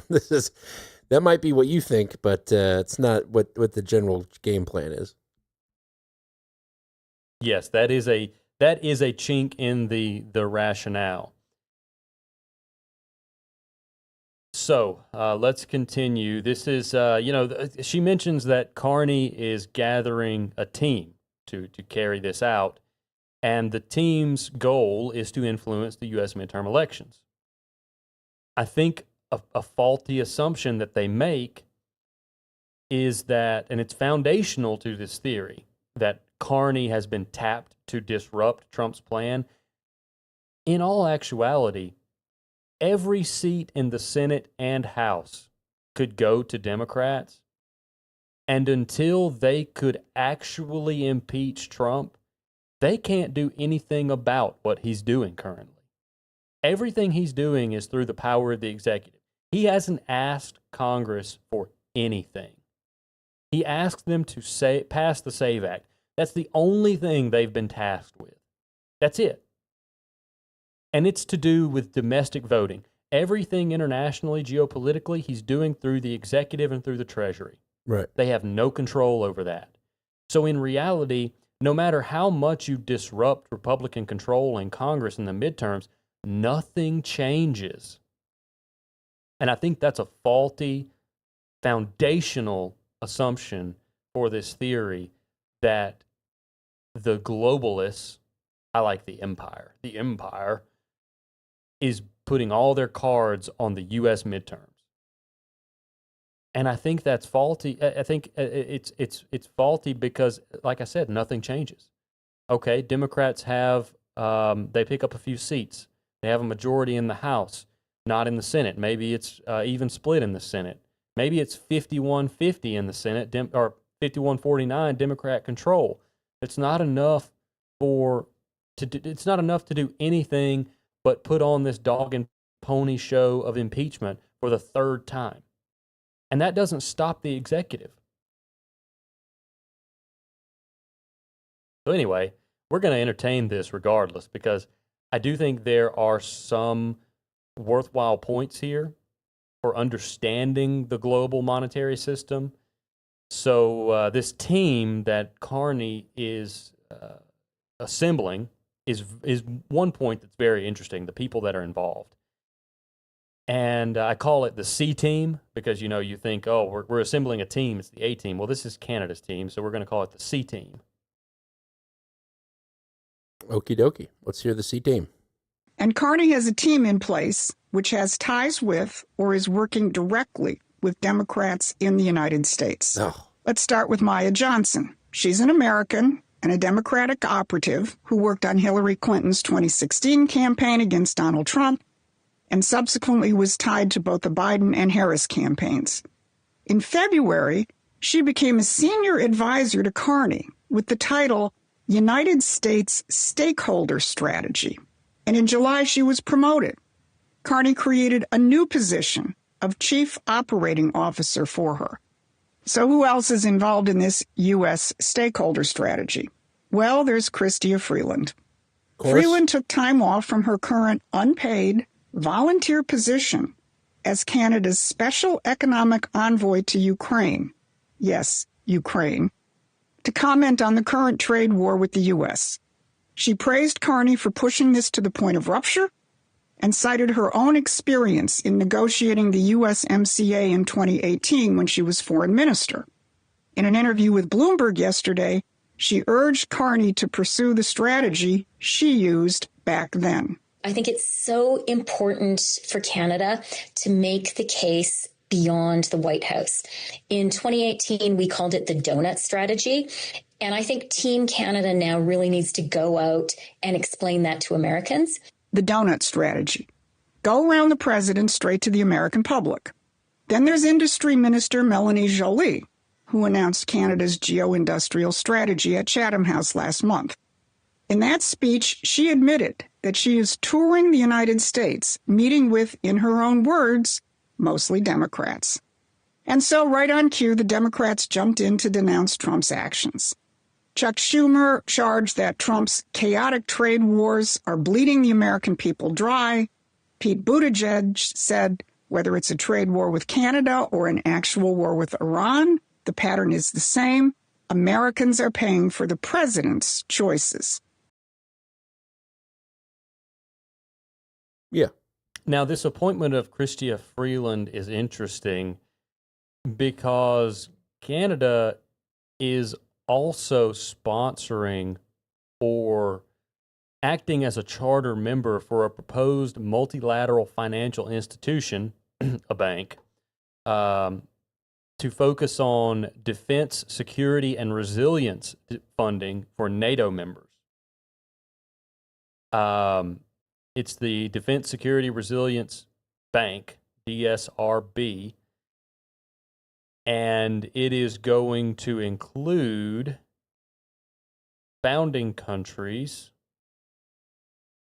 Canada, Albania, Belgium, Greece, Latvia, Luxembourg, Romania, Turkey, and Ukraine. It's a unique collection. It is a unique collection, but you have, well, let's go through them. Albania and Greece are what you would call the Mediterranean bulwark, NATO. They, Greece is cozying up with Israel in the face of the Turkey, Saudi Arabia, Pakistan agreement. Mm-hmm.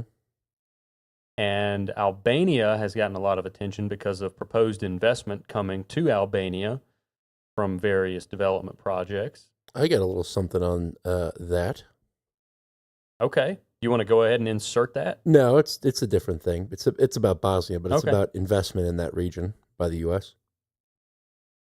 Okay.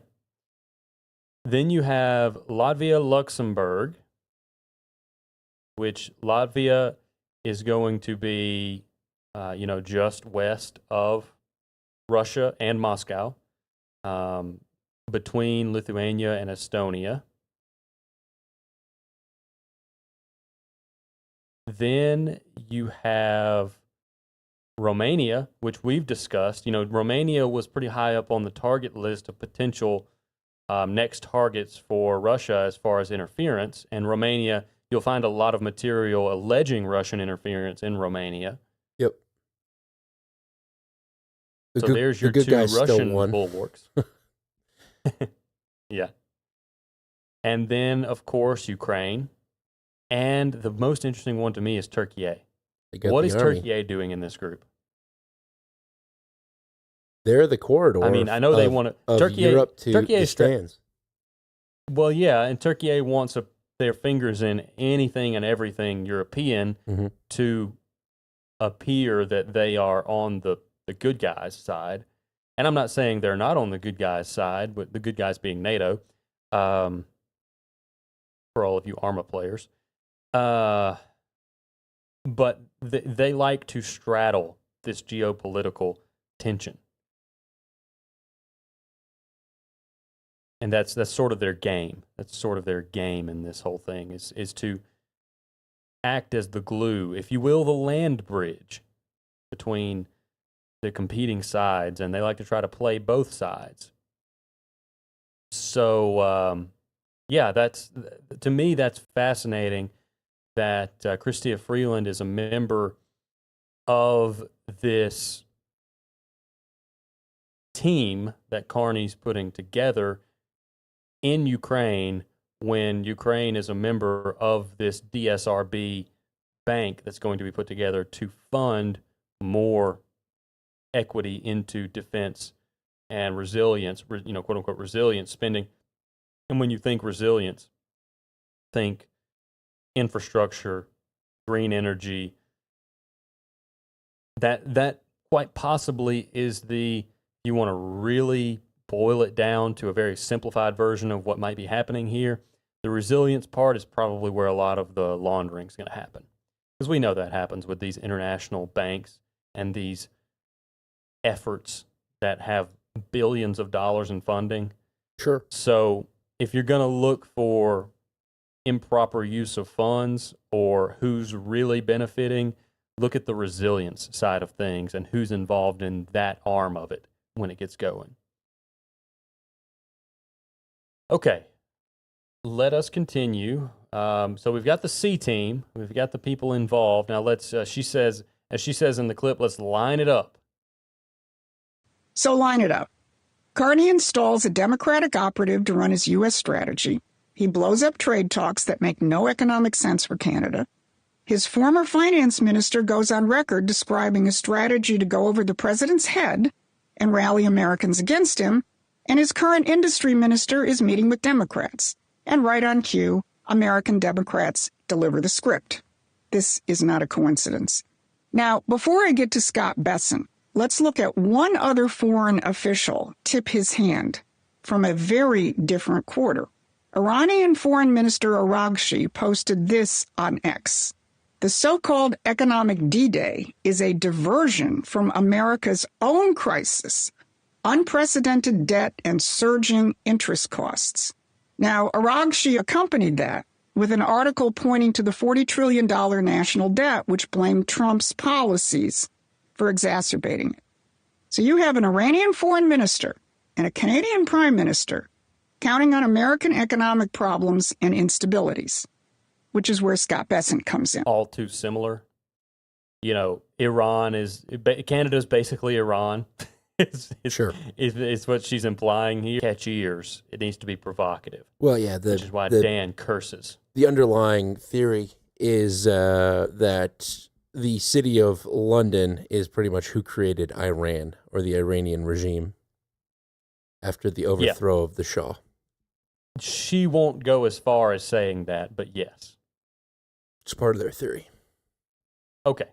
So let's hear about the globalist system versus the Hamiltonian, as if he's still alive and, you know, presiding over things. Money. And the more money you create, the more you control. The result is a mountain of debt and a huge global financial bubble.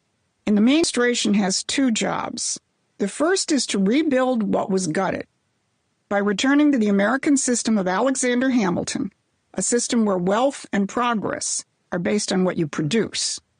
Tariffs are an integral part of the American system, ensuring that vital manufacturing and production are protected from hostile competition, whether it comes from Beijing or Ottawa. That's the war. And when Carney calls it a war, he's right. It's a war against globalism, the modern-day British system. And he knows exactly which side he's on. But here's the second job, and it's the one that nobody is talking about. How do you deflate a financial bubble this size without blowing up the world economy in the process? I don't know, Susan. How do you do it? Well, she doesn't give a direct answer, which bothers me. But she gives the most direct answer in the clip called Buybacks via FEMA, F-I-M-A. Yep. But before that, she goes on to talk about something we've talked about at length here, the yen carry trade. So if you want to, in consecutive order, the yen carry trade is the next clip. But if you want to hear the answer to that question, the buybacks via FIMA is the more relevant clip. Sure. Let's just hear the yen carry one. Now, one of the fuses wired into that bubble is the yen carry trade. It emerged as a financial tool around the same time as NAFTA. Not a coincidence.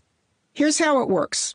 For over 2 decades, hedge funds, parked in the City of London or the Cayman Islands, have borrowed Japanese yen for near zero interest rates and then flipped it into higher-yielding assets. Pure hot money.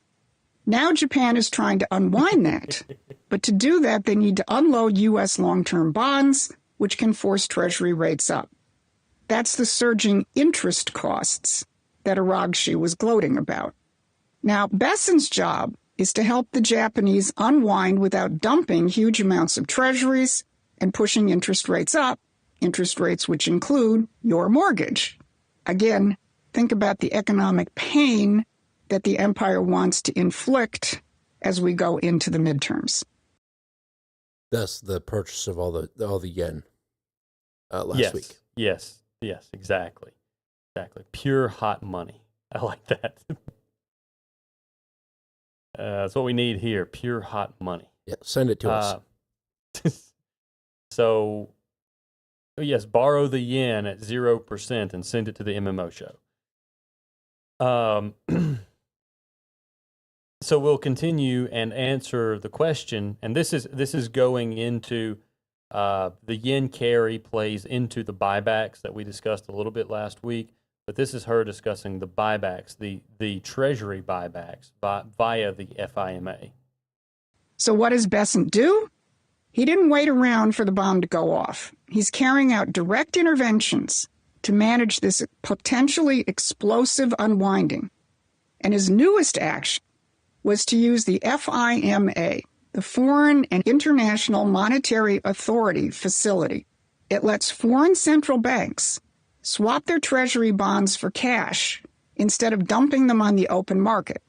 And he wants the FIMA to be made bigger because he knows exactly how large this bubble is and what it will take to bring it down safely.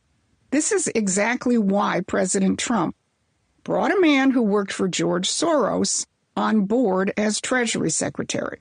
Trump didn't hire him in spite of that. He hired him because of it. Besant knows how these bombs got built, and now he's defusing them. Interesting. Okay. Now, there is apparently some tension between the central bankers and the Treasury Department, and we saw a little bit of this merging of the Treasury Department and the central bank under the Biden administration. And I feel remiss not explaining that more, but it's something I discussed at the time with a few people. But there was not a merging of responsibilities, but a merging of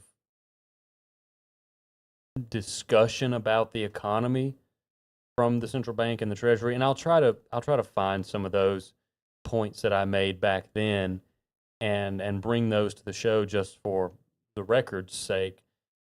But there's tension between the Treasury Department and Besant specifically and central bankers around the world because this has traditionally been basically what Besant is doing feels like usurpation to the central bankers.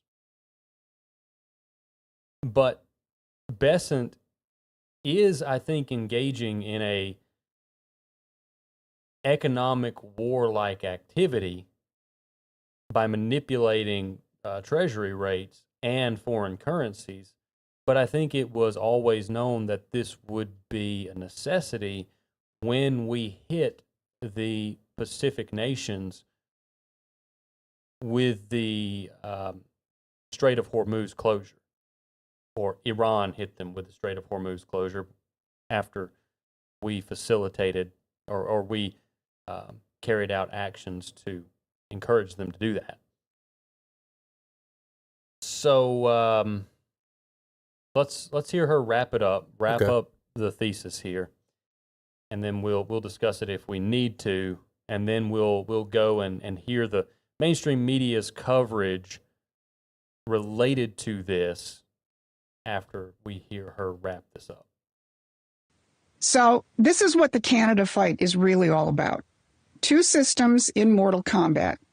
Carney's British imperial system on one side, Hamilton's American system on the other. Carney knows it, and that's why he calls it a war, which is why he and his controllers are betting everything on the midterms. They're hoping that enough Americans still hurting, still waiting, give up on Donald Trump before the turnaround arrives in force. They're counting on you not seeing the economic revolution which the president and his team are actually pulling off. Because if this revolution is allowed to finish, it means the end of the British imperial system once and for all. Once and for all. It is compelling. It's just there are compelling points, fanciful. But there are also assumptions that can have holes poked in them pretty easily. Yeah. And it would be difficult to find someone, even us, that has every aspect of this pinpointed. Well, the people that tell you exactly what's going on. And that's one of the things that is very Gen X about Tom Luongo is he's like, this is what's happening.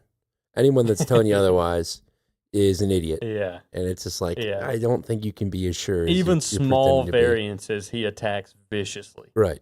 Indeed.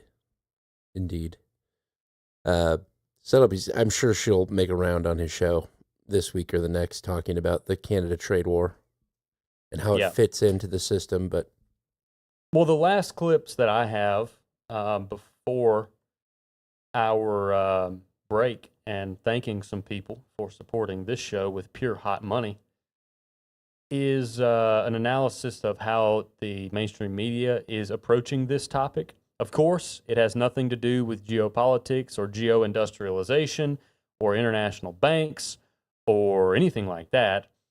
It is all of a sudden we care about the debt.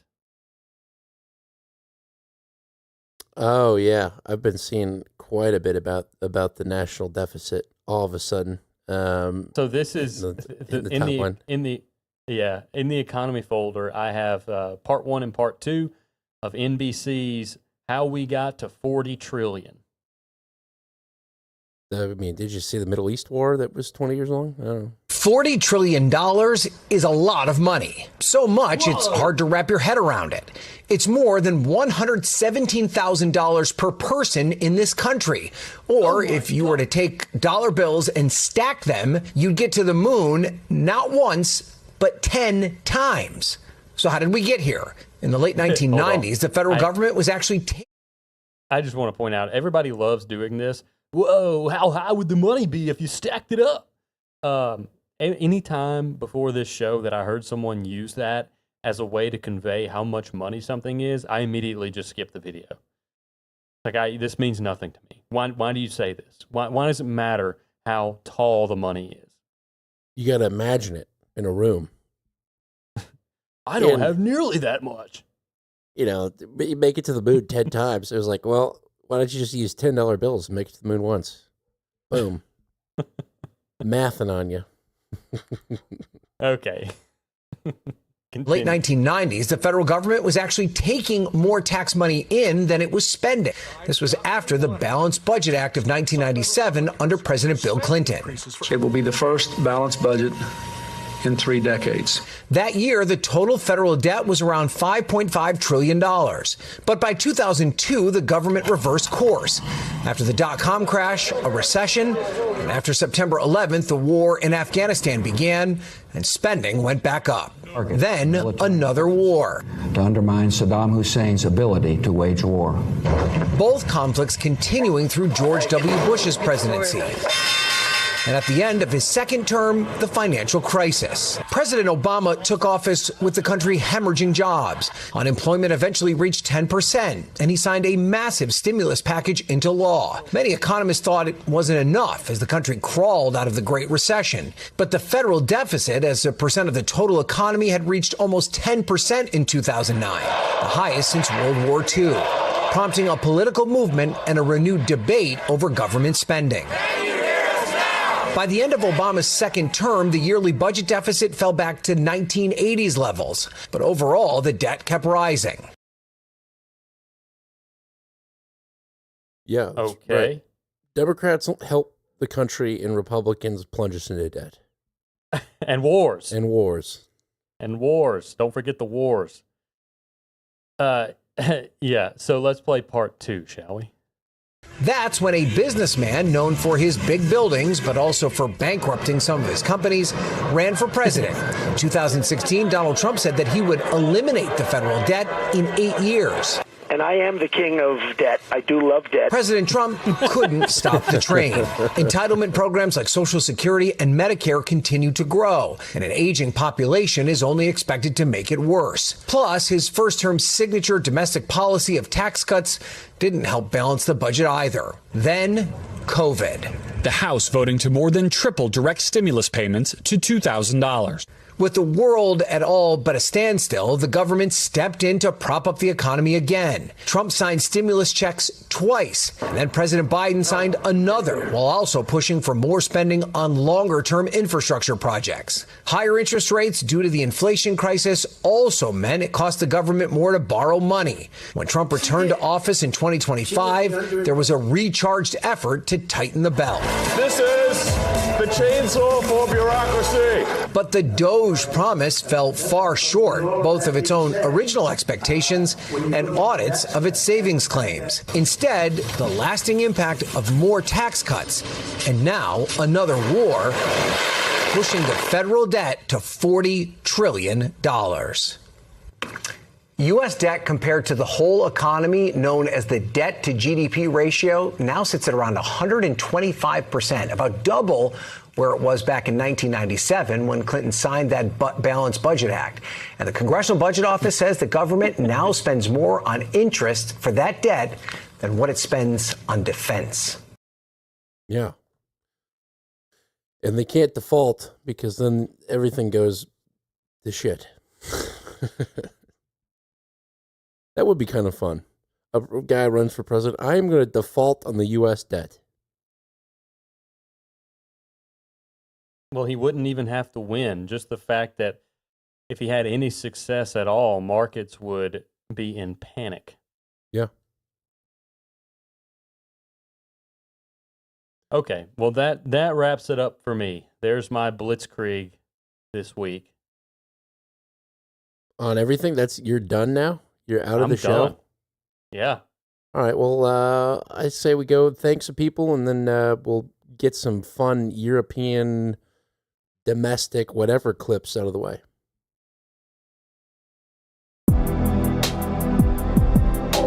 Millennial Media. Offensive. That's right. You are riding along in the offensive every Tuesday night. John and I hop on the stream and let you know what's going on in the world. Let you know if we need to worry about the doomsday planes that have been scrambled. Or, oh my gosh, there's a large mushroom cloud out my left window. Should I worry about that? Probably, but that didn't happen. And you cover it with your thumb. Yeah, they say you don't learn anything on TV, but I learned that from a TV show. So, good for me. But that being said, we don't have advertisers. We don't try to get you to buy stuff. We don't put our stuff behind a paywall and make you pay to listen to it. So we put it out there for free and ask that if you receive any value from it, you turn around and send us that value back. You could be like Trash Man and send us clips and information each week. You could be like Trash Man and send us a weekly donation as well. You could be like an artist like NetNet or Interrobang or Woof or many of the other great artists that we've had pass through here. There's too many to name. And send us some art. There's many different ways. But you go to mmo.show/donate to figure out how you can potentially give value back to the show if you so choose. And we always like to start off by thanking the person that provided the art from last week. And I think this was an Interrobang piece. And I didn't get it until I actually looked at the file name. So this guy was crying on his bed, and we assumed that it meant it was the weather climate guy. But there was a little extra nugget that I picked up on after the show. Yes. So the thing is called El Nino in the home. In the home. In the home. And the El Nino is in the house. It's in the house. It's happening here. Okay. Yeah. So, yeah, I didn't pick that up either, yeah. But I'm really glad we picked that piece now because, Antonio Gutierrez from the UN said El Nino is not at the doorstep El Niño is in the house. And it's coming right for you. Look out. Cry Man. It's a good piece. I like the It is. I like it's the better font. than I thought it was. Yep. I like the font on it too. The kind of the murderous offensive on there. It's a good piece. Yeah. And one of the many reasons why our show's fun, because not only do you get a new episode every week, you get a new piece of art. That's right. You get a new piece of art. It should pop up on your podcast player so you can also wonder, what does this mean, until we explain it in the next break. Turns out the file name gave it away. So thank you very much, Intero Bang. It's a great piece. I don't think we've received any art for tonight's show. So if you got any ideas, let us know. Much appreciated.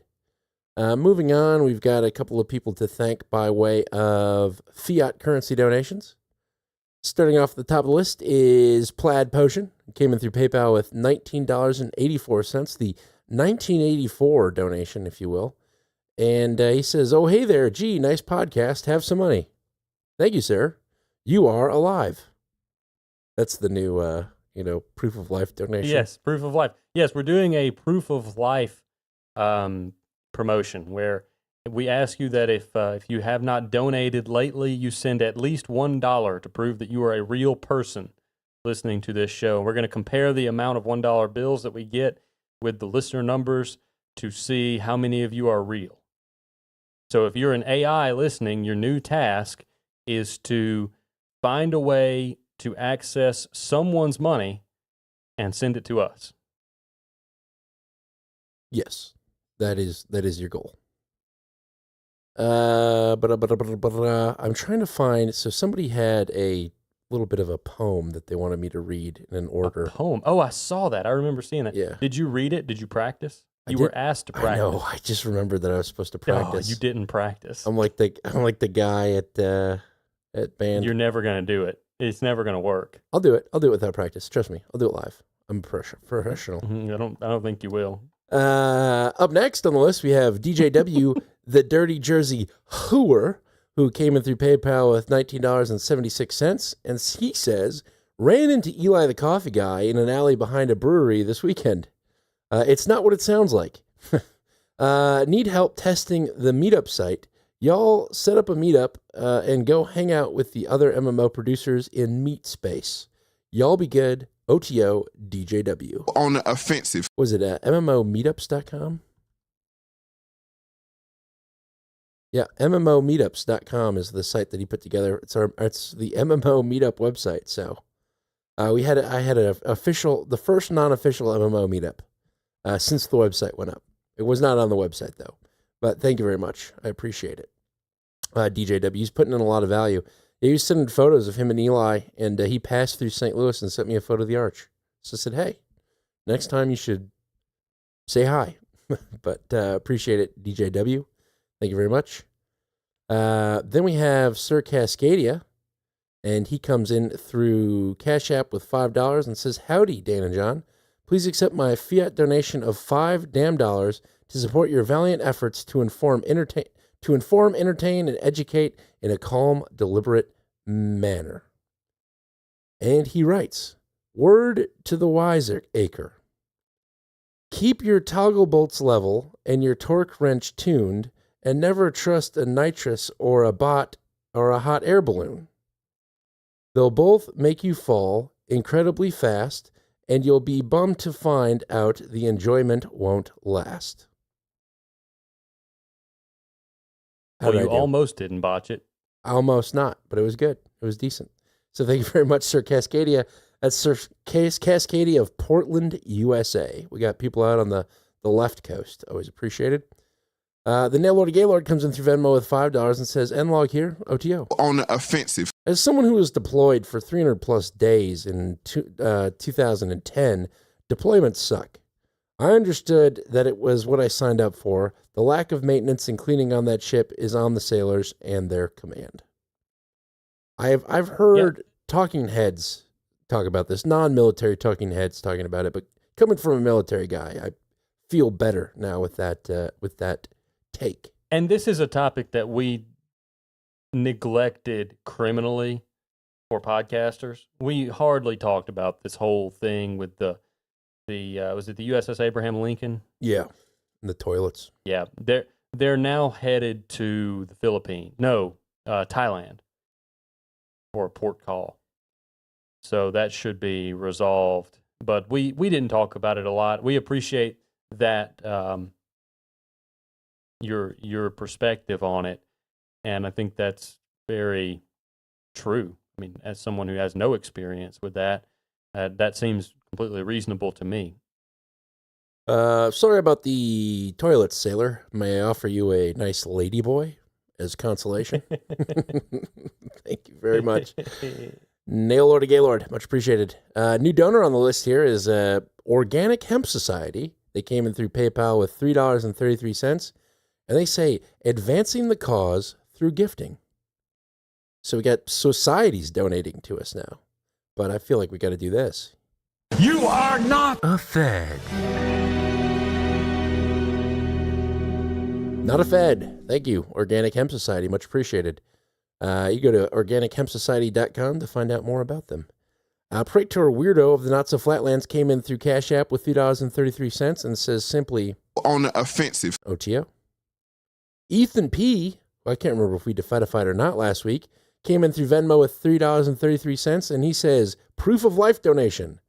First, a double-decker OTO jingle, then mentioned after the next show after Eli's note? A guy has to donate after that. Been around since episode 37-ish. Stay OTO. On the offensive. And just in case. Well, good to hear from you. Yeah, good to hear from you too. Again, sir. And we'll give you one of these because I can't remember if I did it or not. You are not a fed. And you're alive. Thank you, sir. Praetor Pareka of the Peoria Diocese, a.k.a. Hempress Emily M., comes in through Cash App with $3.33 and says, Pareka, proof of life. You are alive. Thank you. Thank you, Empress. We see you on Twitter, but we appreciate it. I know. She shared a photo of her riding on the back of a motorcycle. It was like a story. I think that she had an anniversary with her husband, Tommy. And she was like, the safest place I've ever been. And as a loving friend, I just commented, gay. Always happy to exchange tweets with you, Emily. Finally, Trash Man comes in through PayPal with $1.11 and says, summer is the perfect time to practice and teach primitive fire making, but that also comes with teaching fire safety as well. Trash Man. And that does it. Smokey the Bear has taken his phone. I know. I like it. I love the word of advice there. Practice fire making, but also practice fire safety. Very good. Good advice. I'm going to get that on a t-shirt. I had to denigrate our t-shirts in a group chat recently because they're just simple. Oh, yeah. I sent one. I got a picture of a shirt that had arrived. Too simple? Well, yeah, it's just minimalist. What do you want to put on there? Sponsored by Viagra.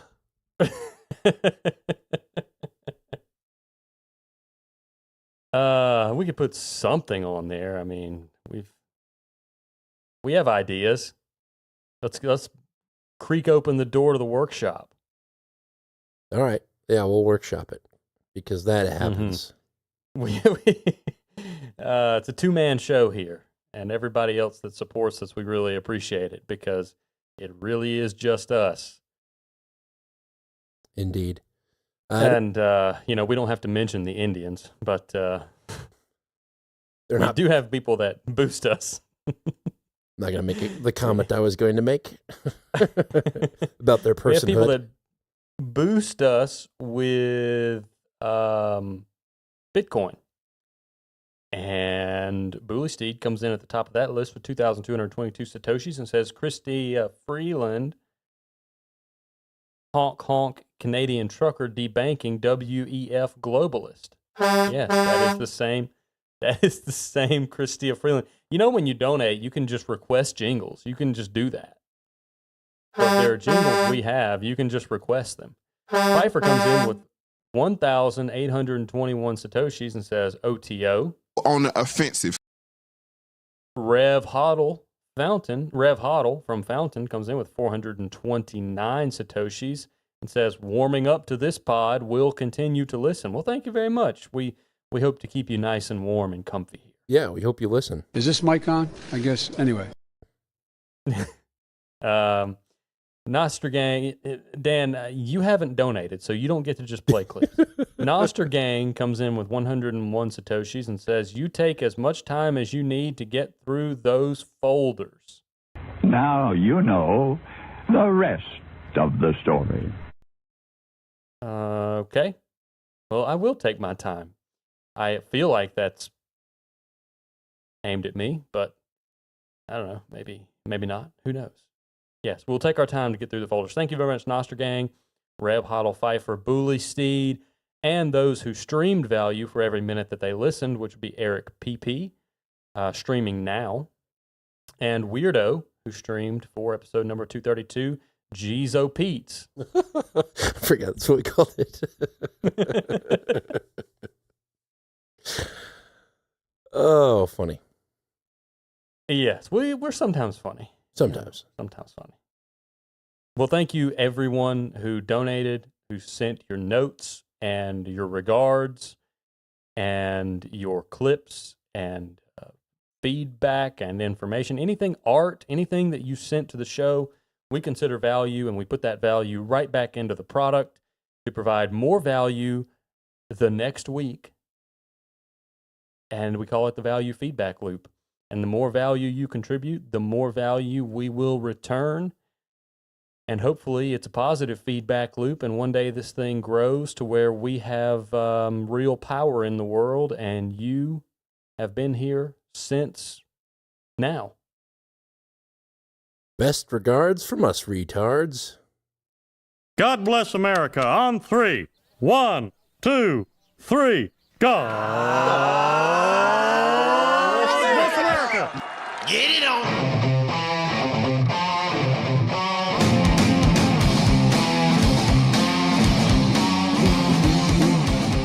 I'd be remiss if I didn't point out that Eric PP sent us 3,333 Satoshis saying OTO on the offensive. But he sent it through Boost Me Bitch, which is like a modern podcast app, but it allows people to boost through, it's an app that was founded by Chad F., who's an occasional listener of the show, and in the larger community that we're a part of. So he's been fixing some of the issues that people have noticed with, say, Fountain or other apps, and it's really cool.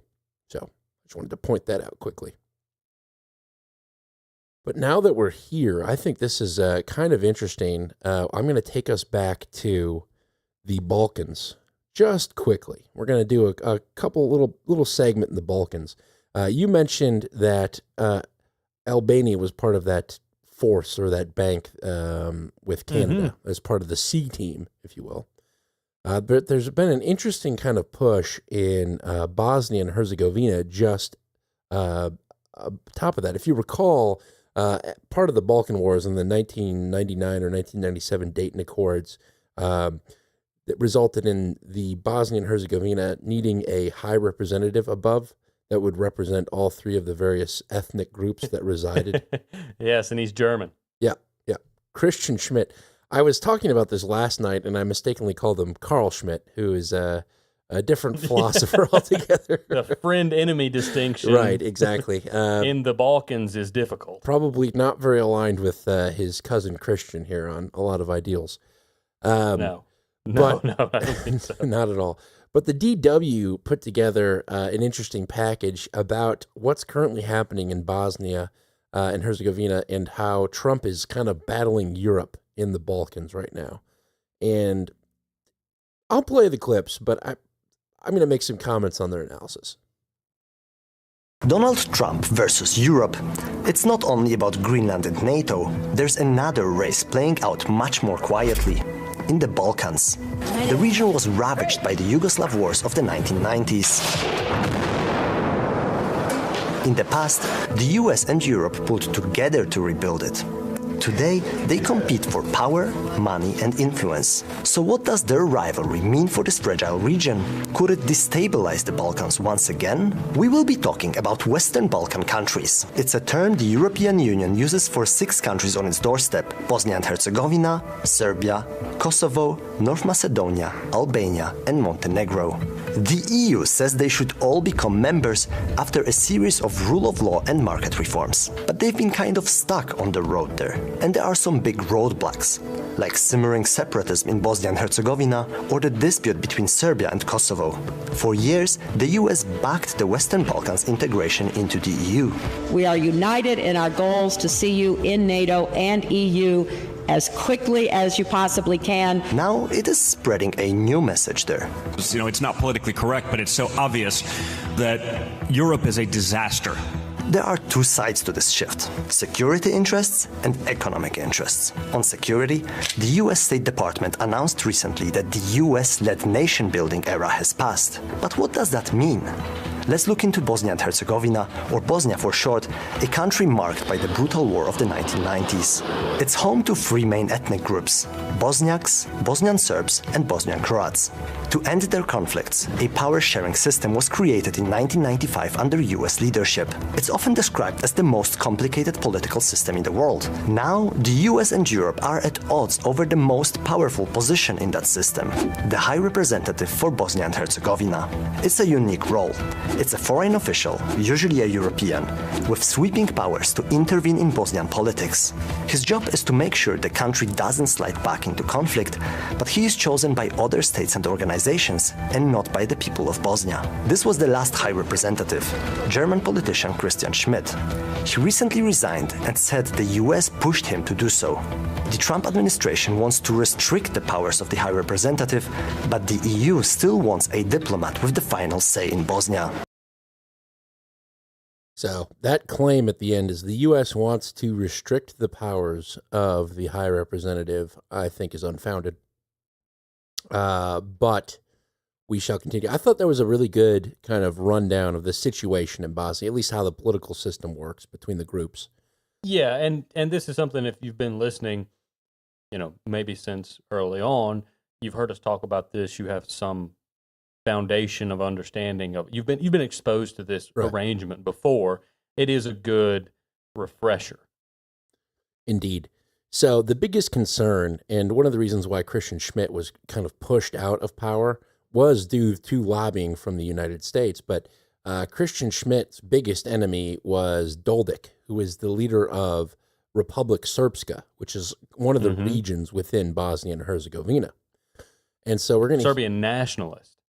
Yeah, well, yes. Yeah, he wants to reunite the Republic of Srpska with the Greater Serbia.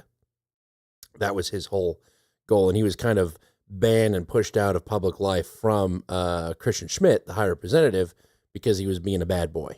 He was saying these things out loud when, you know, obviously this guy wants to keep the country together, Christian Schmidt. So that's pretty much the main driver for why they say Europe wants to have a High Representative, and we're going to hear a little bit about those worries in the second clip. In my view, the U.S. position is the correct one on this. Marko Preles is an analyst on the Balkans in the International Crisis Group, a think tank. 30 years after the cessation of hostilities, it is very difficult to explain why there ought to be an internationally appointed official with the degree of power that High Representatives have wielded in Bosnia-Herzegovina. The office has long become part of geopolitical competition in Europe. Russia was against the last High Representative, and so was their local ally, Milorad Dodik, the Bosnian Serb leader. Dodik threatened to secede from Bosnia and Herzegovina and unify the Bosnian Serb territories with neighboring Serbia. We do not hide that we belong to one great Serbian nation. You will not destroy this nation's call to be united. This nation deserves to have a united state. We cannot be stopped on this path. America and Europe used to pull together against these threats. Dodik was even sanctioned by the US and Bosnian courts were after him. But he dodged arrest, stayed close to MAGA, and celebrated Trump's victory. Dodik de-escalated and stepped down from the government, but he remains the de facto leader of the Bosnian Serbs. The Trump administration took him off the sanctions list in return. The US says it wants to engage all local actors for more stability. But in the EU, there is a worry that this could embolden Dodik to try to change borders. Balkan actors could take their cue from how the war in Ukraine develops. What I'm worried about is if there's some kind of conclusion to the war in which the Western powers recognize territorial change achieved by force in Ukraine, that there will definitely be actors in the Balkans saying, well, what about us? We would also like to change our borders. Serbia would argue that with respect to Kosovo, northern Kosovo, and the Bosnian Serbs would say, well, we would like to secede. So that last part's interesting because the DW is Deutsche Welle. It's a German news outlet, but they pretty much are what I would say is a mouthpiece for the European Union. They always report things from the European Union perspective, and they're very, good boys in that respect. And so they tie any sort of recognized gains of Russia in Ukraine with a potential destabilization of the Balkan region through this Dodik fella. Now, we're about to hear about the investments that the United States is making into Bosnia and Herzegovina. And they make it seem like the United States is the one that came to the Balkans and said, we would like to invest and build LNG terminals, and that's what they're going to say here. But I think they get the order of operations exactly backwards as to who approached who. But I'll play this. Do you have any comments on what we've heard so far? No, I'll let you continue. All right. So here's the LNG terminal and whatnot. So there is a lot at stake in terms of security, but the US says its primary focus in the region is now the economy. A lot of it has to do with this ship. It's a floating LNG terminal by a Croatian island. From here, the US wants to export gas to Western Balkan states, which have mostly been supplied by Russia until now. They have a bold pitch. It's the Trump peace pipelines, plural. And what that means is President Trump loves energy, sort of peace through commerce. New commercial ties are surely welcome in the Balkans, where foreign investment is badly needed. But there is a caveat. Where it gets complicated and I think quite damaging for the region and for transatlantic relations is that the Trump administration in the second term is really sort of nakedly favoring some very dodgy firms, American firms, that have various kinds of connections to President Trump and his family. This just seems to be, a kind of corruption. Check out this investment in Bosnia. The blue lines are existing gas pipelines, and the red line is a planned one called the Southern Interconnector. It is supposed to transport liquefied gas from that Croatian terminal through Bosnia and into Serbia. The project was blocked for years. But with new US interests, things started moving surprisingly fast. A special law was written, awarding the project with no tender to an American company with no previous experience in gas. It's headed by Trump's former lawyer and the brother of his former advisor. So, the argument this clip is making is that the only reason that Donald Trump wanted Christian Schmidt out and the current American High Representative put in was for this LNG deal into the country. But Trump and the Trump administration don't really give a damn about Bosnia and Herzegovina, and it was of no interest to them until Dodik and Vučić, perhaps you've heard of Vučić before, reached out to the Trump administration and spent hundreds of thousands lobbying them and telling them, hey, if you help us push out Christian Schmidt, we'll give you access to the LNG terminal. So it's exactly backwards for the relationship of, Trump only wanted to get Christian Schmidt out for the LNG terminals. He didn't care about the LNG terminals. The Dodik fellow who wants to reunite Republic of Srpska with the greater Serbia is the one that reached out to Trump and told him about this, and probably is one of the reasons why there's also that development going on in Albania that we briefly mentioned earlier. Right. So the relationship here is backwards, where they're making it seem like this is a Trump's war on Europe, and this is just Trump saying, "Oh, you want to give me energy access and pipelines, and you want to help America through that? Perfect." And now they're trying to go through this whole, he hired his lawyer's brother as the gas terminal guy. So it is sort of like a Burisma deal, Eric Pepe, I would say. We are found in an absurd reality, I have to say. The U.S. used to be the main promoter across the region of democratic values. Ivana Korajlic leads Transparency International's work in Bosnia and Herzegovina. We don't see anymore any kind of even pretense of respecting rule of law, respecting local institutions. It's particularly offensive to a European Union that builds a lot of its identity on, sort of clean accounting practices, the rule of law, fair trade, equal playing field. It's not fair. Well, that's how business works. It's how the world works. Cutting a deal. So finally, kind of the wrap here. I've already said what I wanted to say on this, but we'll let the DW finish up. The EU has long worked to integrate Western Balkan countries into its own energy market, even though they are not yet members of the bloc. It has also warned Bosnia that it stands to lose support if it fails to observe common market rules. There is extra scrutiny on other US energy deals in the region too, in North Macedonia, Albania and Serbia. In Serbia, a tender for a new hydropower plant stated that only US firms need apply. So you can imagine Europe wasn't happy. Europe still dwarfs America in Western Balkans investment. Over half comes from the EU and less than 3% from the US.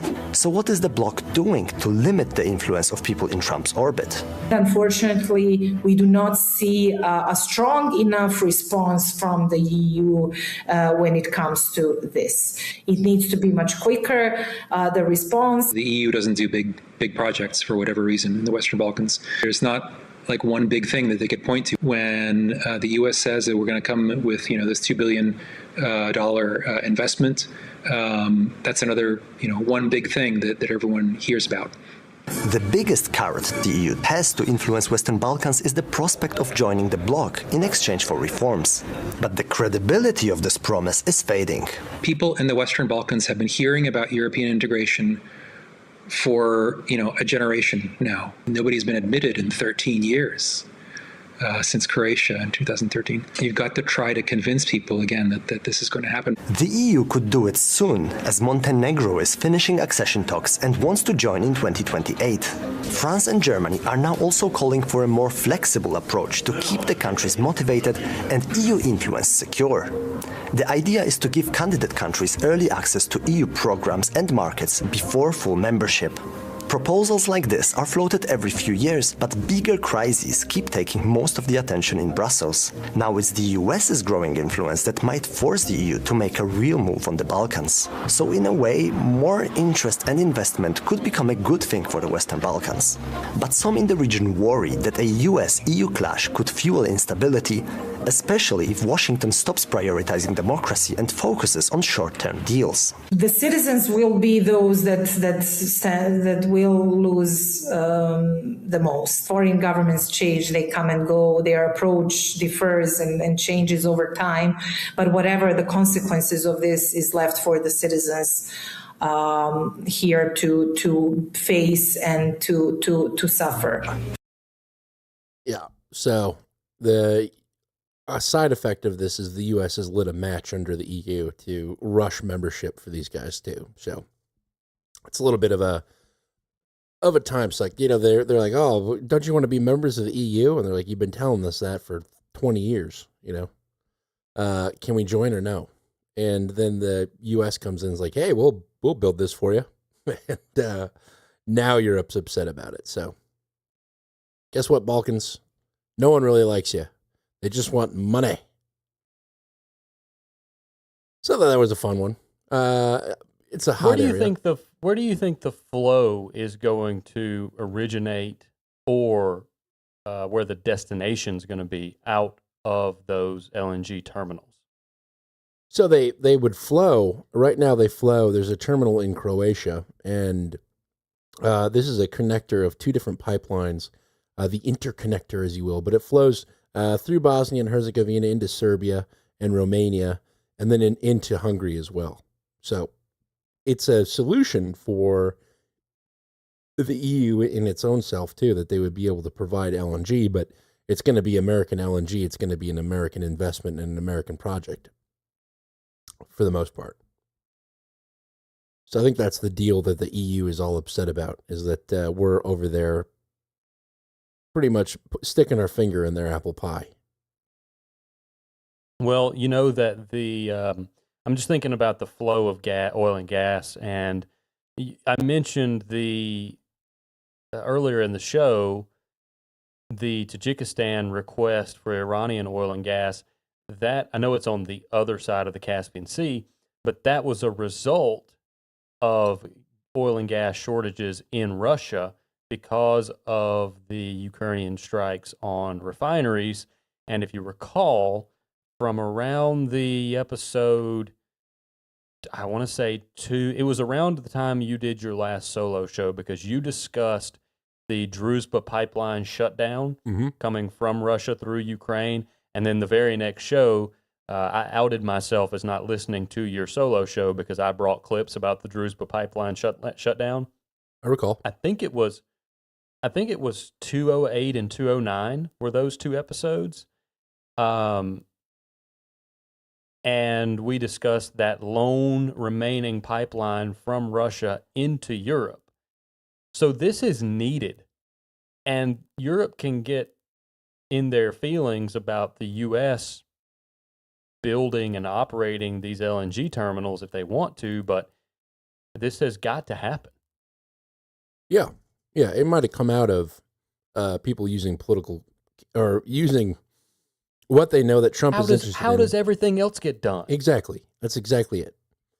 But, Doddick's like, hey, I got a great idea. We can if you can push out Christian Schmidt, I can get you this LNG deal. I don't know how we did it, but we got an American as the high representative. I forget their name. Current high rep. Bosnia. Blue. I just want a name. Go ahead. Antonio Zanardi Landi. Oh, maybe they haven't even been. Louis Krishak appointed yet. Acting.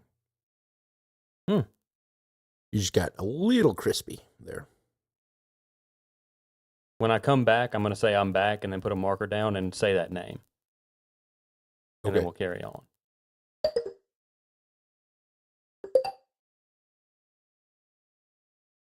Back. Louis Krishak is the guy's name. An American acting currently. So maybe a transitory role?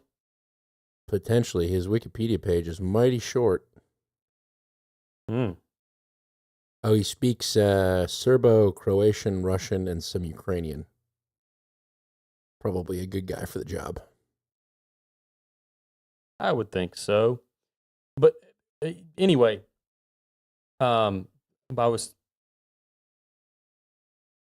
earlier. I was remiss when we were talking about the CIA director going to Moscow. It would have been a good time to put this in. But since we're talking about oil and gas flows, it's a Now's a good time. It's a good time. Now's a good time. It's getting late. Okay. Russia actually hit a U.S.-owned factory this week. Oh, really? Yeah. Russia struck the U.S.-owned Flex Electronics factory, definitely not making drones, in Mukachevo, 22 miles from the EU border, with 600 workers inside. So that could be what the trip was about right there. That is interesting. Like we scrambled the Doomsday jets and sent the CIA guy over this. Well, I mean, that was August 20th. So maybe it was a show of force when we sent Radcliffe over. Talk here. We had talked about the drones that were found near German military bases, like foreign-owned military drones. They found another one, and I kind of heard this clip, and I was thinking about this is probably the future of warfare. I'll play it, and then we can discuss, but... German Chancellor Friedrich Merz has warned the people behind hybrid attacks against his country as investigators widen the probe into suspected sabotage at Leipzig-Hall Airport using drones. Deutschland schreckt ab. Die Bundesregierung erlegt Urhebern hybrider Angriffe einen Preis auf. Sie werden dafür bezahlen. Investigators found a third drone on August 14, 10 days after an earlier incident involving a drone found near a Ukrainian cargo plane. They also found around 50 grams of suspected military explosive near the airport. Beyond the airport, officers also found a possible drone control device, an antenna, and electronic components attached to a tree, along with scorched earth and metal fragments that could indicate a blast site. The initial incident on 5th of August caused flight diversions after an unidentified flying object was spotted near the airport. X-ray analysis later identified it as a drone.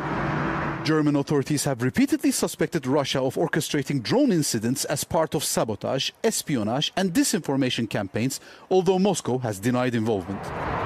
Germany's Air Navigation Service recorded 144 drones overflights last year, including 35 around Frankfurt Airport. So they basically found what they think was almost going to be they prevented a future attack, where if you heard like the antenna in the tree to potentially, remotely control even further than you would usually be able to a drone and blow it up. It was found near a Ukrainian cargo plane with war materials. I have to imagine that might be the future of warfare. Where we saw that with the Ukrainian attack, where they snuck in the cargo ships, or the was a cargo crate with a roof, and the roof like detached, and the drones flew out and blew up Russian infrastructure.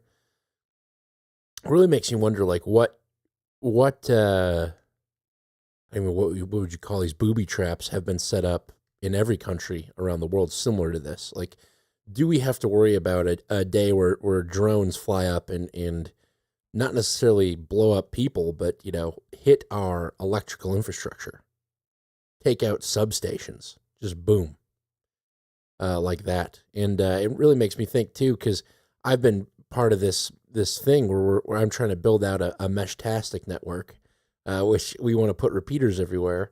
And repeaters, effectively, they look like flock cameras. They got a little solar panel on them, and they're low-powered, but they just repeat signals. At what point is that going to be deemed suspicious by, organizations of we're a potential, sleeper cell planting these kind of the drone controllers all over the world? So, I don't know, I thought that was kind of interesting, and it really made me worry that potentially what's going to kill us has already been planted. You know what I mean? It's already here. Yeah. I had well, speaking of deep intel and things that are in place that are actually being used to threaten the United States currently, did you hear about Iran's bounty on Barron Trump? I didn't hear about that. No. Well, they put I'll say they put an alleged $10 million bounty on Barron Trump, and the video, if you go find it, the video actually details his daily movements and his security detail. Do you want me to find a link to it and let you play it for the video feed? Do you think that would be okay? I'll play it. Yeah, if you find it. That would be 13 quadrillion Iranian rial. Yeah, it would be. Oh no, the videos have been deleted. I don't know if I'm going to be able to find it. Oh well. It must have been a real deal then. If they're reaching out saying, "Hey, get rid of this. Take that down. Take it down." Well, Man, I saw it. He's gonna have to be driven to class at school in a catering truck. Okay, so it's going to be brutal for the audio audience because it is in Persian, but I'm going to send you this, and the people you can translate it in real time if you want to, Dan, because you're the one watching the real time feed. Where would you like me to send it to you? Email, Signal? I guess email would be the best. Ideally, you would drop a link into the chat room. Oh, well, I'm not in the chat room. Oh. But I can put it in the folder as a shortcut. Okay. Perfect. Baron Bounty, not in a folder, in just the episode folder, E233. And it says that it is uploaded. I found it.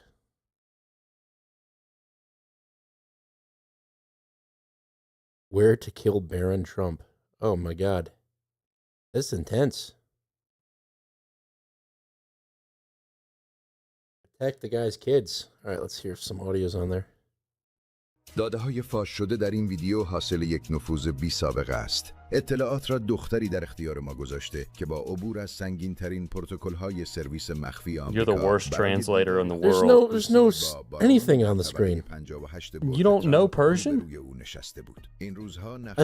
I thought there was at least you can put closed captions on there and then you just read it. Here's his family and academic center that he goes to, where he apparently resides in Washington, D.C. But you could just use context clues. Here's Trump Towers, where he occasionally spends some time too. Here's a photo of him. That's he AI is tall generated. and handsome. Yeah, he sits in this chair, and no one talks to him. Secret Service agents. Oh, apparently they just dress up in plain clothes and act as like they're students. Yes, that's part of it. Wow, that's an operation. It's a threat. Yeah. Here he is typing on his computer. His legs are crossed like he's gay. And here is a little dome that's put around him, apparently, while he plays video games. He's socially isolated. Wearing a Visit Rwanda jersey, an Arsenal jersey. And he plays Xbox. Okay, I've seen enough. Wow, that's impressive. Well, they actually talk about how the best way to infiltrate his inner circle would be through his friends that he has on Xbox Live and then accessing their Discord channels. Which is, I mean, it doesn't take a genius to figure that out, but the fact that it's put into a production that actually has a price on his head. I mean, what are they going to pay you with? Their once unfrozen assets? We're going to need you to go to Iraq to get that payment. Something, exactly.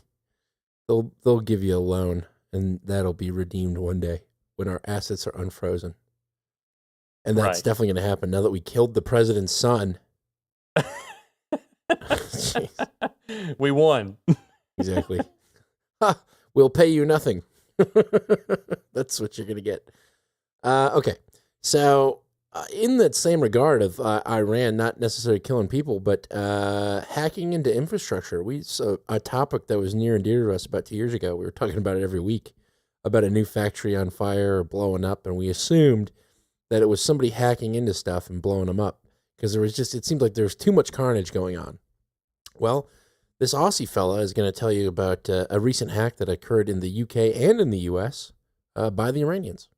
So here's a little intro. There was a time when attacking a Western power station required rather more than a laptop, an internet connection, and a government that regards cyber warfare as a growth industry, but those days are well and truly over. Iran-linked hackers have reportedly managed to shut down a small British power plant for 4 days, the first successful Iranian cyber attack on UK electricity generators. It didn't bring Britain to its knees. The plant was small and the national grid kept humming. But that's rather the point. The attack wasn't necessarily designed to plunge Britain into darkness. It was a demonstration that the lights could, under the right circumstances, be switched off. At roughly the same time, suspected Iranian cyber operations targeted water infrastructure across multiple US states. American authorities have warned that hackers are actively targeting programmable industrial controllers, the unglamorous little computers that help operate everything from water systems to energy facilities. And this should concern the West enormously, because we've spent decades building critical infrastructure that's increasingly digital, increasingly interconnected, and in many cases, increasingly dependent on components manufactured somewhere else. We've outsourced enormous chunks of our industrial capacity to countries such as China and then congratulated ourselves on the efficiency of globalization. Now we're discovering that a civilization can be remarkably clever at building an electricity grid, for example, and remarkably stupid at asking who made the bits inside it. A hostile regime doesn't necessarily need a bomb to destroy a power station. It may simply need to find the door we left unlocked, and Iran appears to be probing those doors. Today it's a small British generator and municipal water systems. Tomorrow, perhaps, the target is something larger. The West has spent years worrying about whether it has enough electricity. Maybe we should start worrying about whether we can still control the machinery that produces it, because energy interdependence isn't much use if the power plant is ours, but the software, hardware and supply chain is not. So, how do you solve this, John?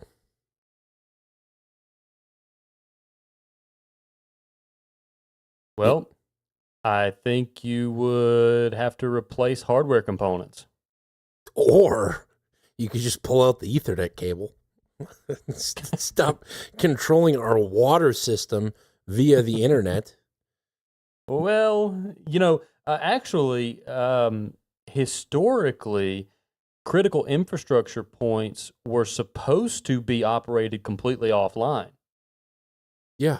And I'm not sure exactly when that changed. Probably COVID. But I wouldn't doubt it. Do I have to come in? I can just add the... I could get sick. I can dispense the fluoride from home with this command. I don't know. But it just seems like an interesting thing. So they hacked into water infrastructure and an electrical grid in the UK. And it's like, why are these things online if we're dependent on them? And why are we using Chinese components and whatnot? There's an expert that pretty much says exactly what I'm saying, and says we need to, manufacture this stuff. What I thought was interesting was the angle he took it. It says we patted on ourselves on the back for globalization. It's like, is this guy making a nationalist argument on a news site? That's weird. But I thought that was unique. And then I'm just trying to see what I have left here in this clip folder. The Natalie Harp psyop. I don't even know if I want to play the clip, but my God, it's just like the catering truck story, which I still don't understand why that's big. But this Natalie Harp psyop, they're pushing it out there. No one is verbatim implying that he's screwing this girl, right? But they are also there. But the air of that exists, and that's why they're pushing it forward. It exists. Yeah. It's like the Russian pee-pee tapes. Oh, yeah. Oh, yeah. He totally had Russian prostitutes piss all over him, and now he's definitely screwing this weird girl with a bad tooth-to-gum ratio. The Natalie Harp. Did you see the letters? I didn't see the letters. There's nothing in them. She's grateful. She's grateful and respectful of someone who gave her an opportunity to be involved in a presidential administration. And the implication, you're exactly right. There's nothing you can say explicitly, but the implication is, oh, well, they must be having relations. Yeah. And it's all related to November. And Trump is he's a gross old man, and he's banging his secretary and eating McDonald's. But I can't, at the same time. Well, can you believe it? I can't believe news agencies are publishing videos today about Natalie Harp. Yes, you can. No, there's got to be more to the news that's going on. There's got to be a better thing. No. Yeah, it's like not. the worst side. Then we'd be out of business, so don't gripe too much. But I don't even like Trump, and I'm like, well, I could see this attack from a mile, or this fake psyop a mile away.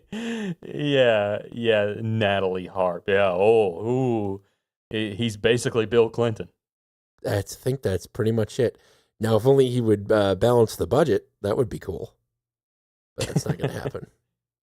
Well, we all know that. Well, maybe we don't all know, but Clinton balanced the budget because he basically looked at the Republican competition he was facing and said, hey, people actually like these policies. Let me adopt them and call them Democrat. Yeah, he kind of did a reverse Trump. I'm a Democrat, and then did Republican things, or I guess conservative things, I would say.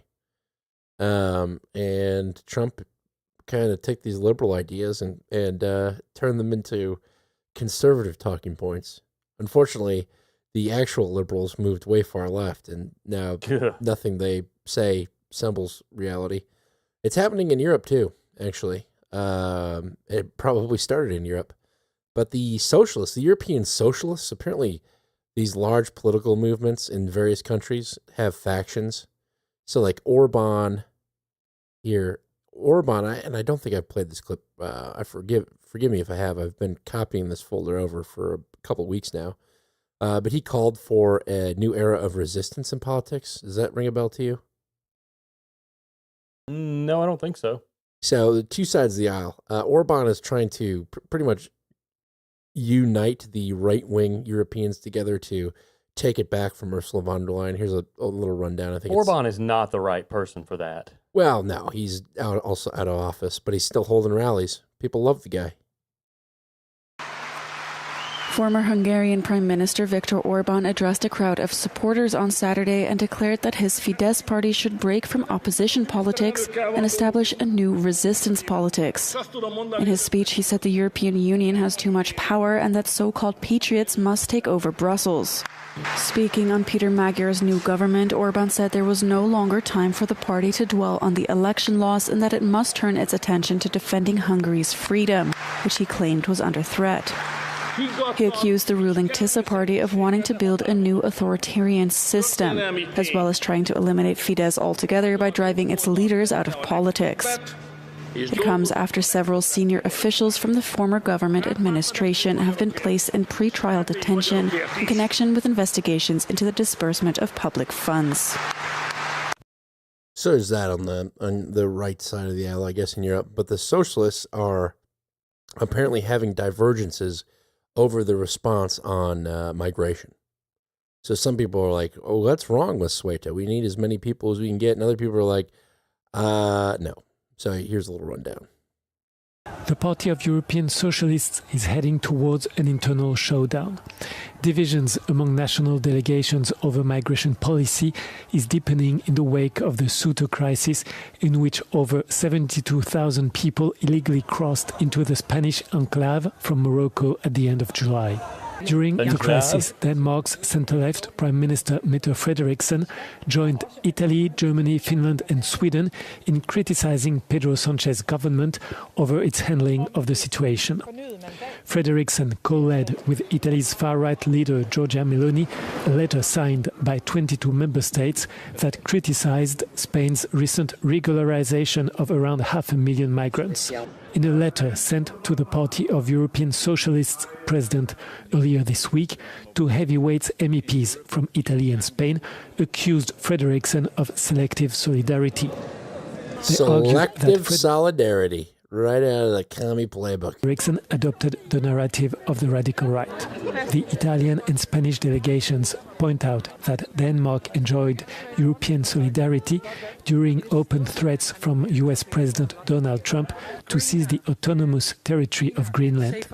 Denmark's Social Democrats' membership of the European Socialist Party is not in question. The aim is rather to find common ground on this sensitive topic. So, there you go. That's how the EU operates now. She stepped out of line and said, hey, maybe 72,000 migrants coming into your country in a day isn't a good idea. And the other socialists said, no, that's bad. You have selective solidarity. You need to think exactly as we do. Selective solidarity is good. You like that one? Potential title. But that's it. That's what I got. That's an abrupt ending to a show. Nothing funny. I saw another good term for us to end on today, and this one is the meat proxy. Are you familiar with what a meat proxy is? I can't say I am. A meat proxy is someone who prompts a large language model and then without scrutiny just forwards its result to someone. Oh, that's funny. Yeah, meat so proxy. Hilarious. Yeah. Every now and then if somebody asks me a stupid question, I'll do that. But usually So you basically let me Claude that for you? Yeah, effectively. But you need to see if that domain is taken. Let me Google that for you. Let me Claude that for you. Let me prompt that for you. Let me Claude that. Now that's a good idea. A prompt website, a prompt creation website that you tell it what you want and then it turns it into an actual good prompt. Oh, that's a pretty good idea. So a meat proxy is someone who blindly forwards. That's exactly what you said. Yeah. Okay. I thought it says follows. Someone asking an AI a question, then forwarding the response to colleagues without reading it, only for it to contain hallucinated facts or completely miss the point. It's a pretty apt term for one of the dumber failure modes of AI adoption in the workplace. That definition provided to us by Eric PP asking, what is a meat proxy? And Mr. Feeney, who is Claude, responding. Meat proxies are my favorite. That's a meta level of funny, Eric PP, and I love it. I love that. All right. Well, what do you think about the proxy? Let me prompt that for you website. Let me Claude that for you. No, let me prompt that for you. It's a prompt creation. You tell it what you want, and it actually turns it into a good prompt. Well, because have you been to letmepromptthatforyou.com? Is it a real thing already? Yeah. Ah. How are babies made? Let's see what it does. Live on the air, people. We're running with scissors. Asking, letmepromptthatforyou.com, how are babies made? Oh, wow. That's actually amazingly accurate. Is it a result or is it a prompt that you put into an LLM? It's a result. It's just one. It's like a paragraph. Babies are made when sperm from a male fertilizes an egg from a female. Well, that's just a large language model. The process is called conception. The fertilized egg is now a zygote. Then I don't know this. Let me learn this. Then implants itself in a woman's uterus where it grows and develops into a baby over approximately 9 months. This is known as pregnancy. That's what happened. John, I know what you did 9 months ago. Should we get out of here? Yeah, let's get out of here.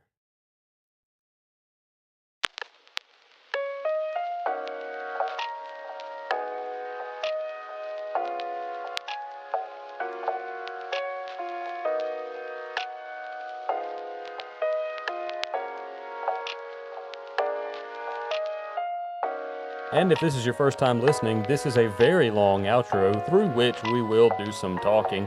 and we appreciate you. We're glad you're here. We hope you stick around. We hope you come back. We hope you explore past episodes.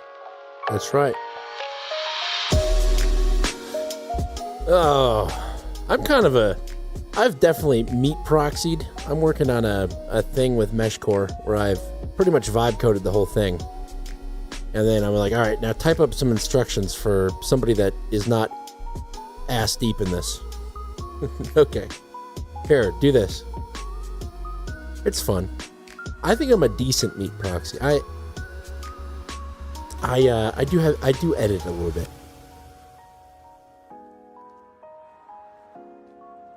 Like, one of the things was, I was like, how do I approach churches and object over common objections for letting me put solar nodes on the roofs for this MeshCore? And I was reading through it, and it's like, don't worry, we're fully bonded and insured. And I'm like, no, I'm not. No, we're not. Don't put that in there. That's wrong. That's fake news. But, I suppose if you were gonna... Are you insured? Yeah. Do they check that? I don't know. They can ask for certificates of bonding and insurance. They can ask. I don't know. I'm not going to tell anyone I'm bonded and insured.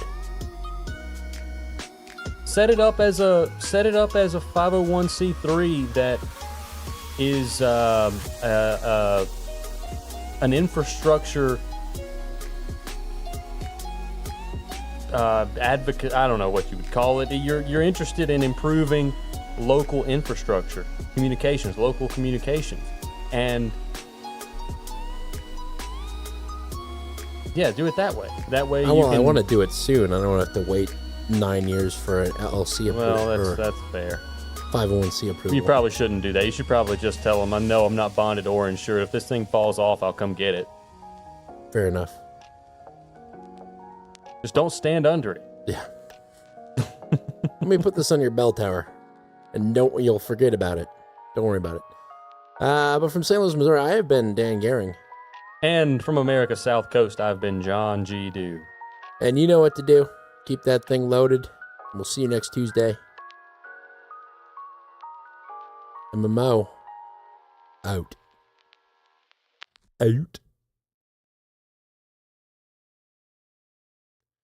Boop, boop, boop, boop, boop, boop, boop, boop, boop. I want to know. Can you tell me? I'm going to hit you with some titles. You ready for them? Mm-hmm. Ball huggers and jugglers.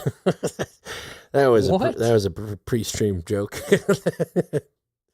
Not streaming live on YouTube. Plug your Ethernet in. Better be real butter. Donut strategy. Tapped out. Visit Rwanda. Meat proxy. Let me clod that for you. Selective solidarity. Meat proxy again. And I know what you did 9 months ago. I know what you did. Nobody put real hot money.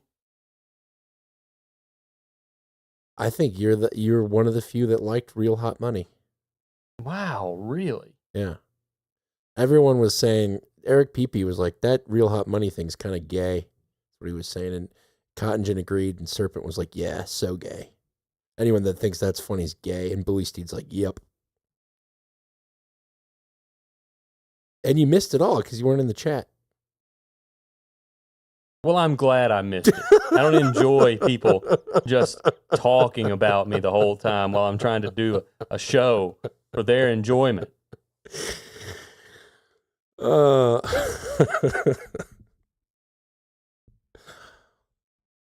It's funny. People say really mean stuff when you're not in here.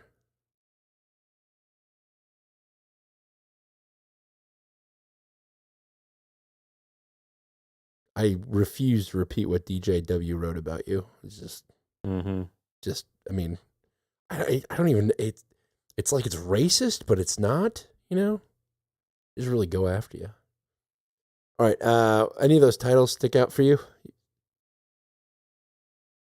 Stick out to you? Nope. Not Meat Proxy? Not Let Me Clod That for you? Nope. I think they're all gay.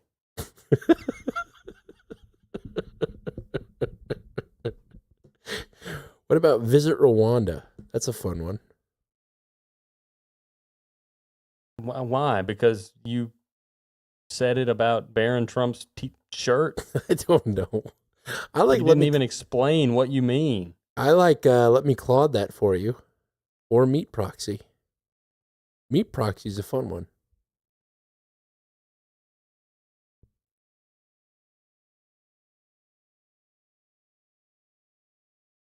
DJW says you... Yeah, okay. Real hot money's not gay, but Meat Proxy isn't? Why are you so upset everyone thought your idea was gay?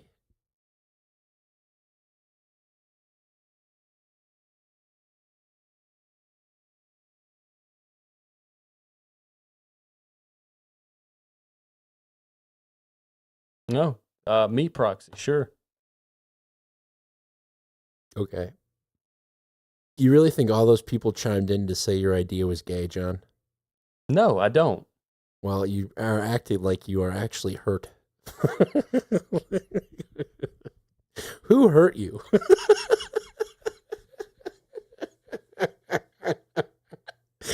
No one said that. Except for Cotton Gin. Once I said that he said that, he then said, yeah, definitely gay. That's the only one. But I'm sure he's just joking. If you like real hot money, we could do it. I needed to say that because it felt like your feelings were really badly hurt. No. Meat Proxy. You want Meat Proxy? It has nothing to do with cuckolding. Well, now I think it does because you said it. Now that one's gay. Congratulations. Yeah, that's what I said.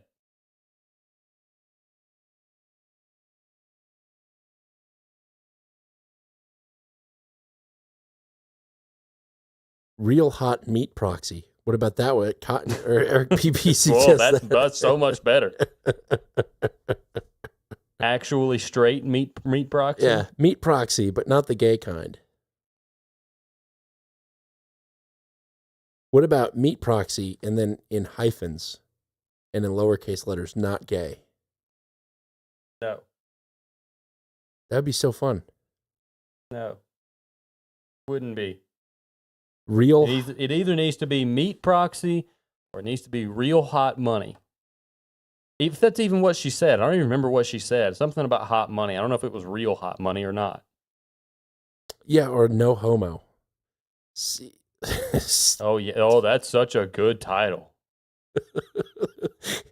I just love it that the players will say, now streaming Real Hot Meat Proxy.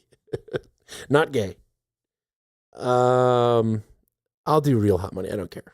I have no qualms about that. I think I put one your mic's crispy or something's broken thing down.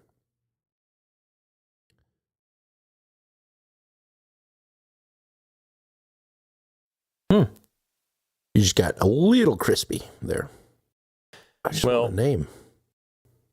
Antonio Zanardi Landy. Oh, maybe they haven't even been pure hot money. Louis Krisha. I just want a name.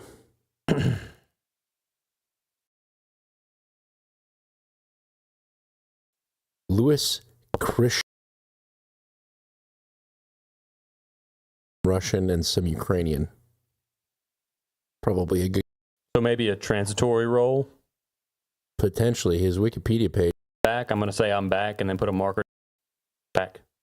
Louis Krishak.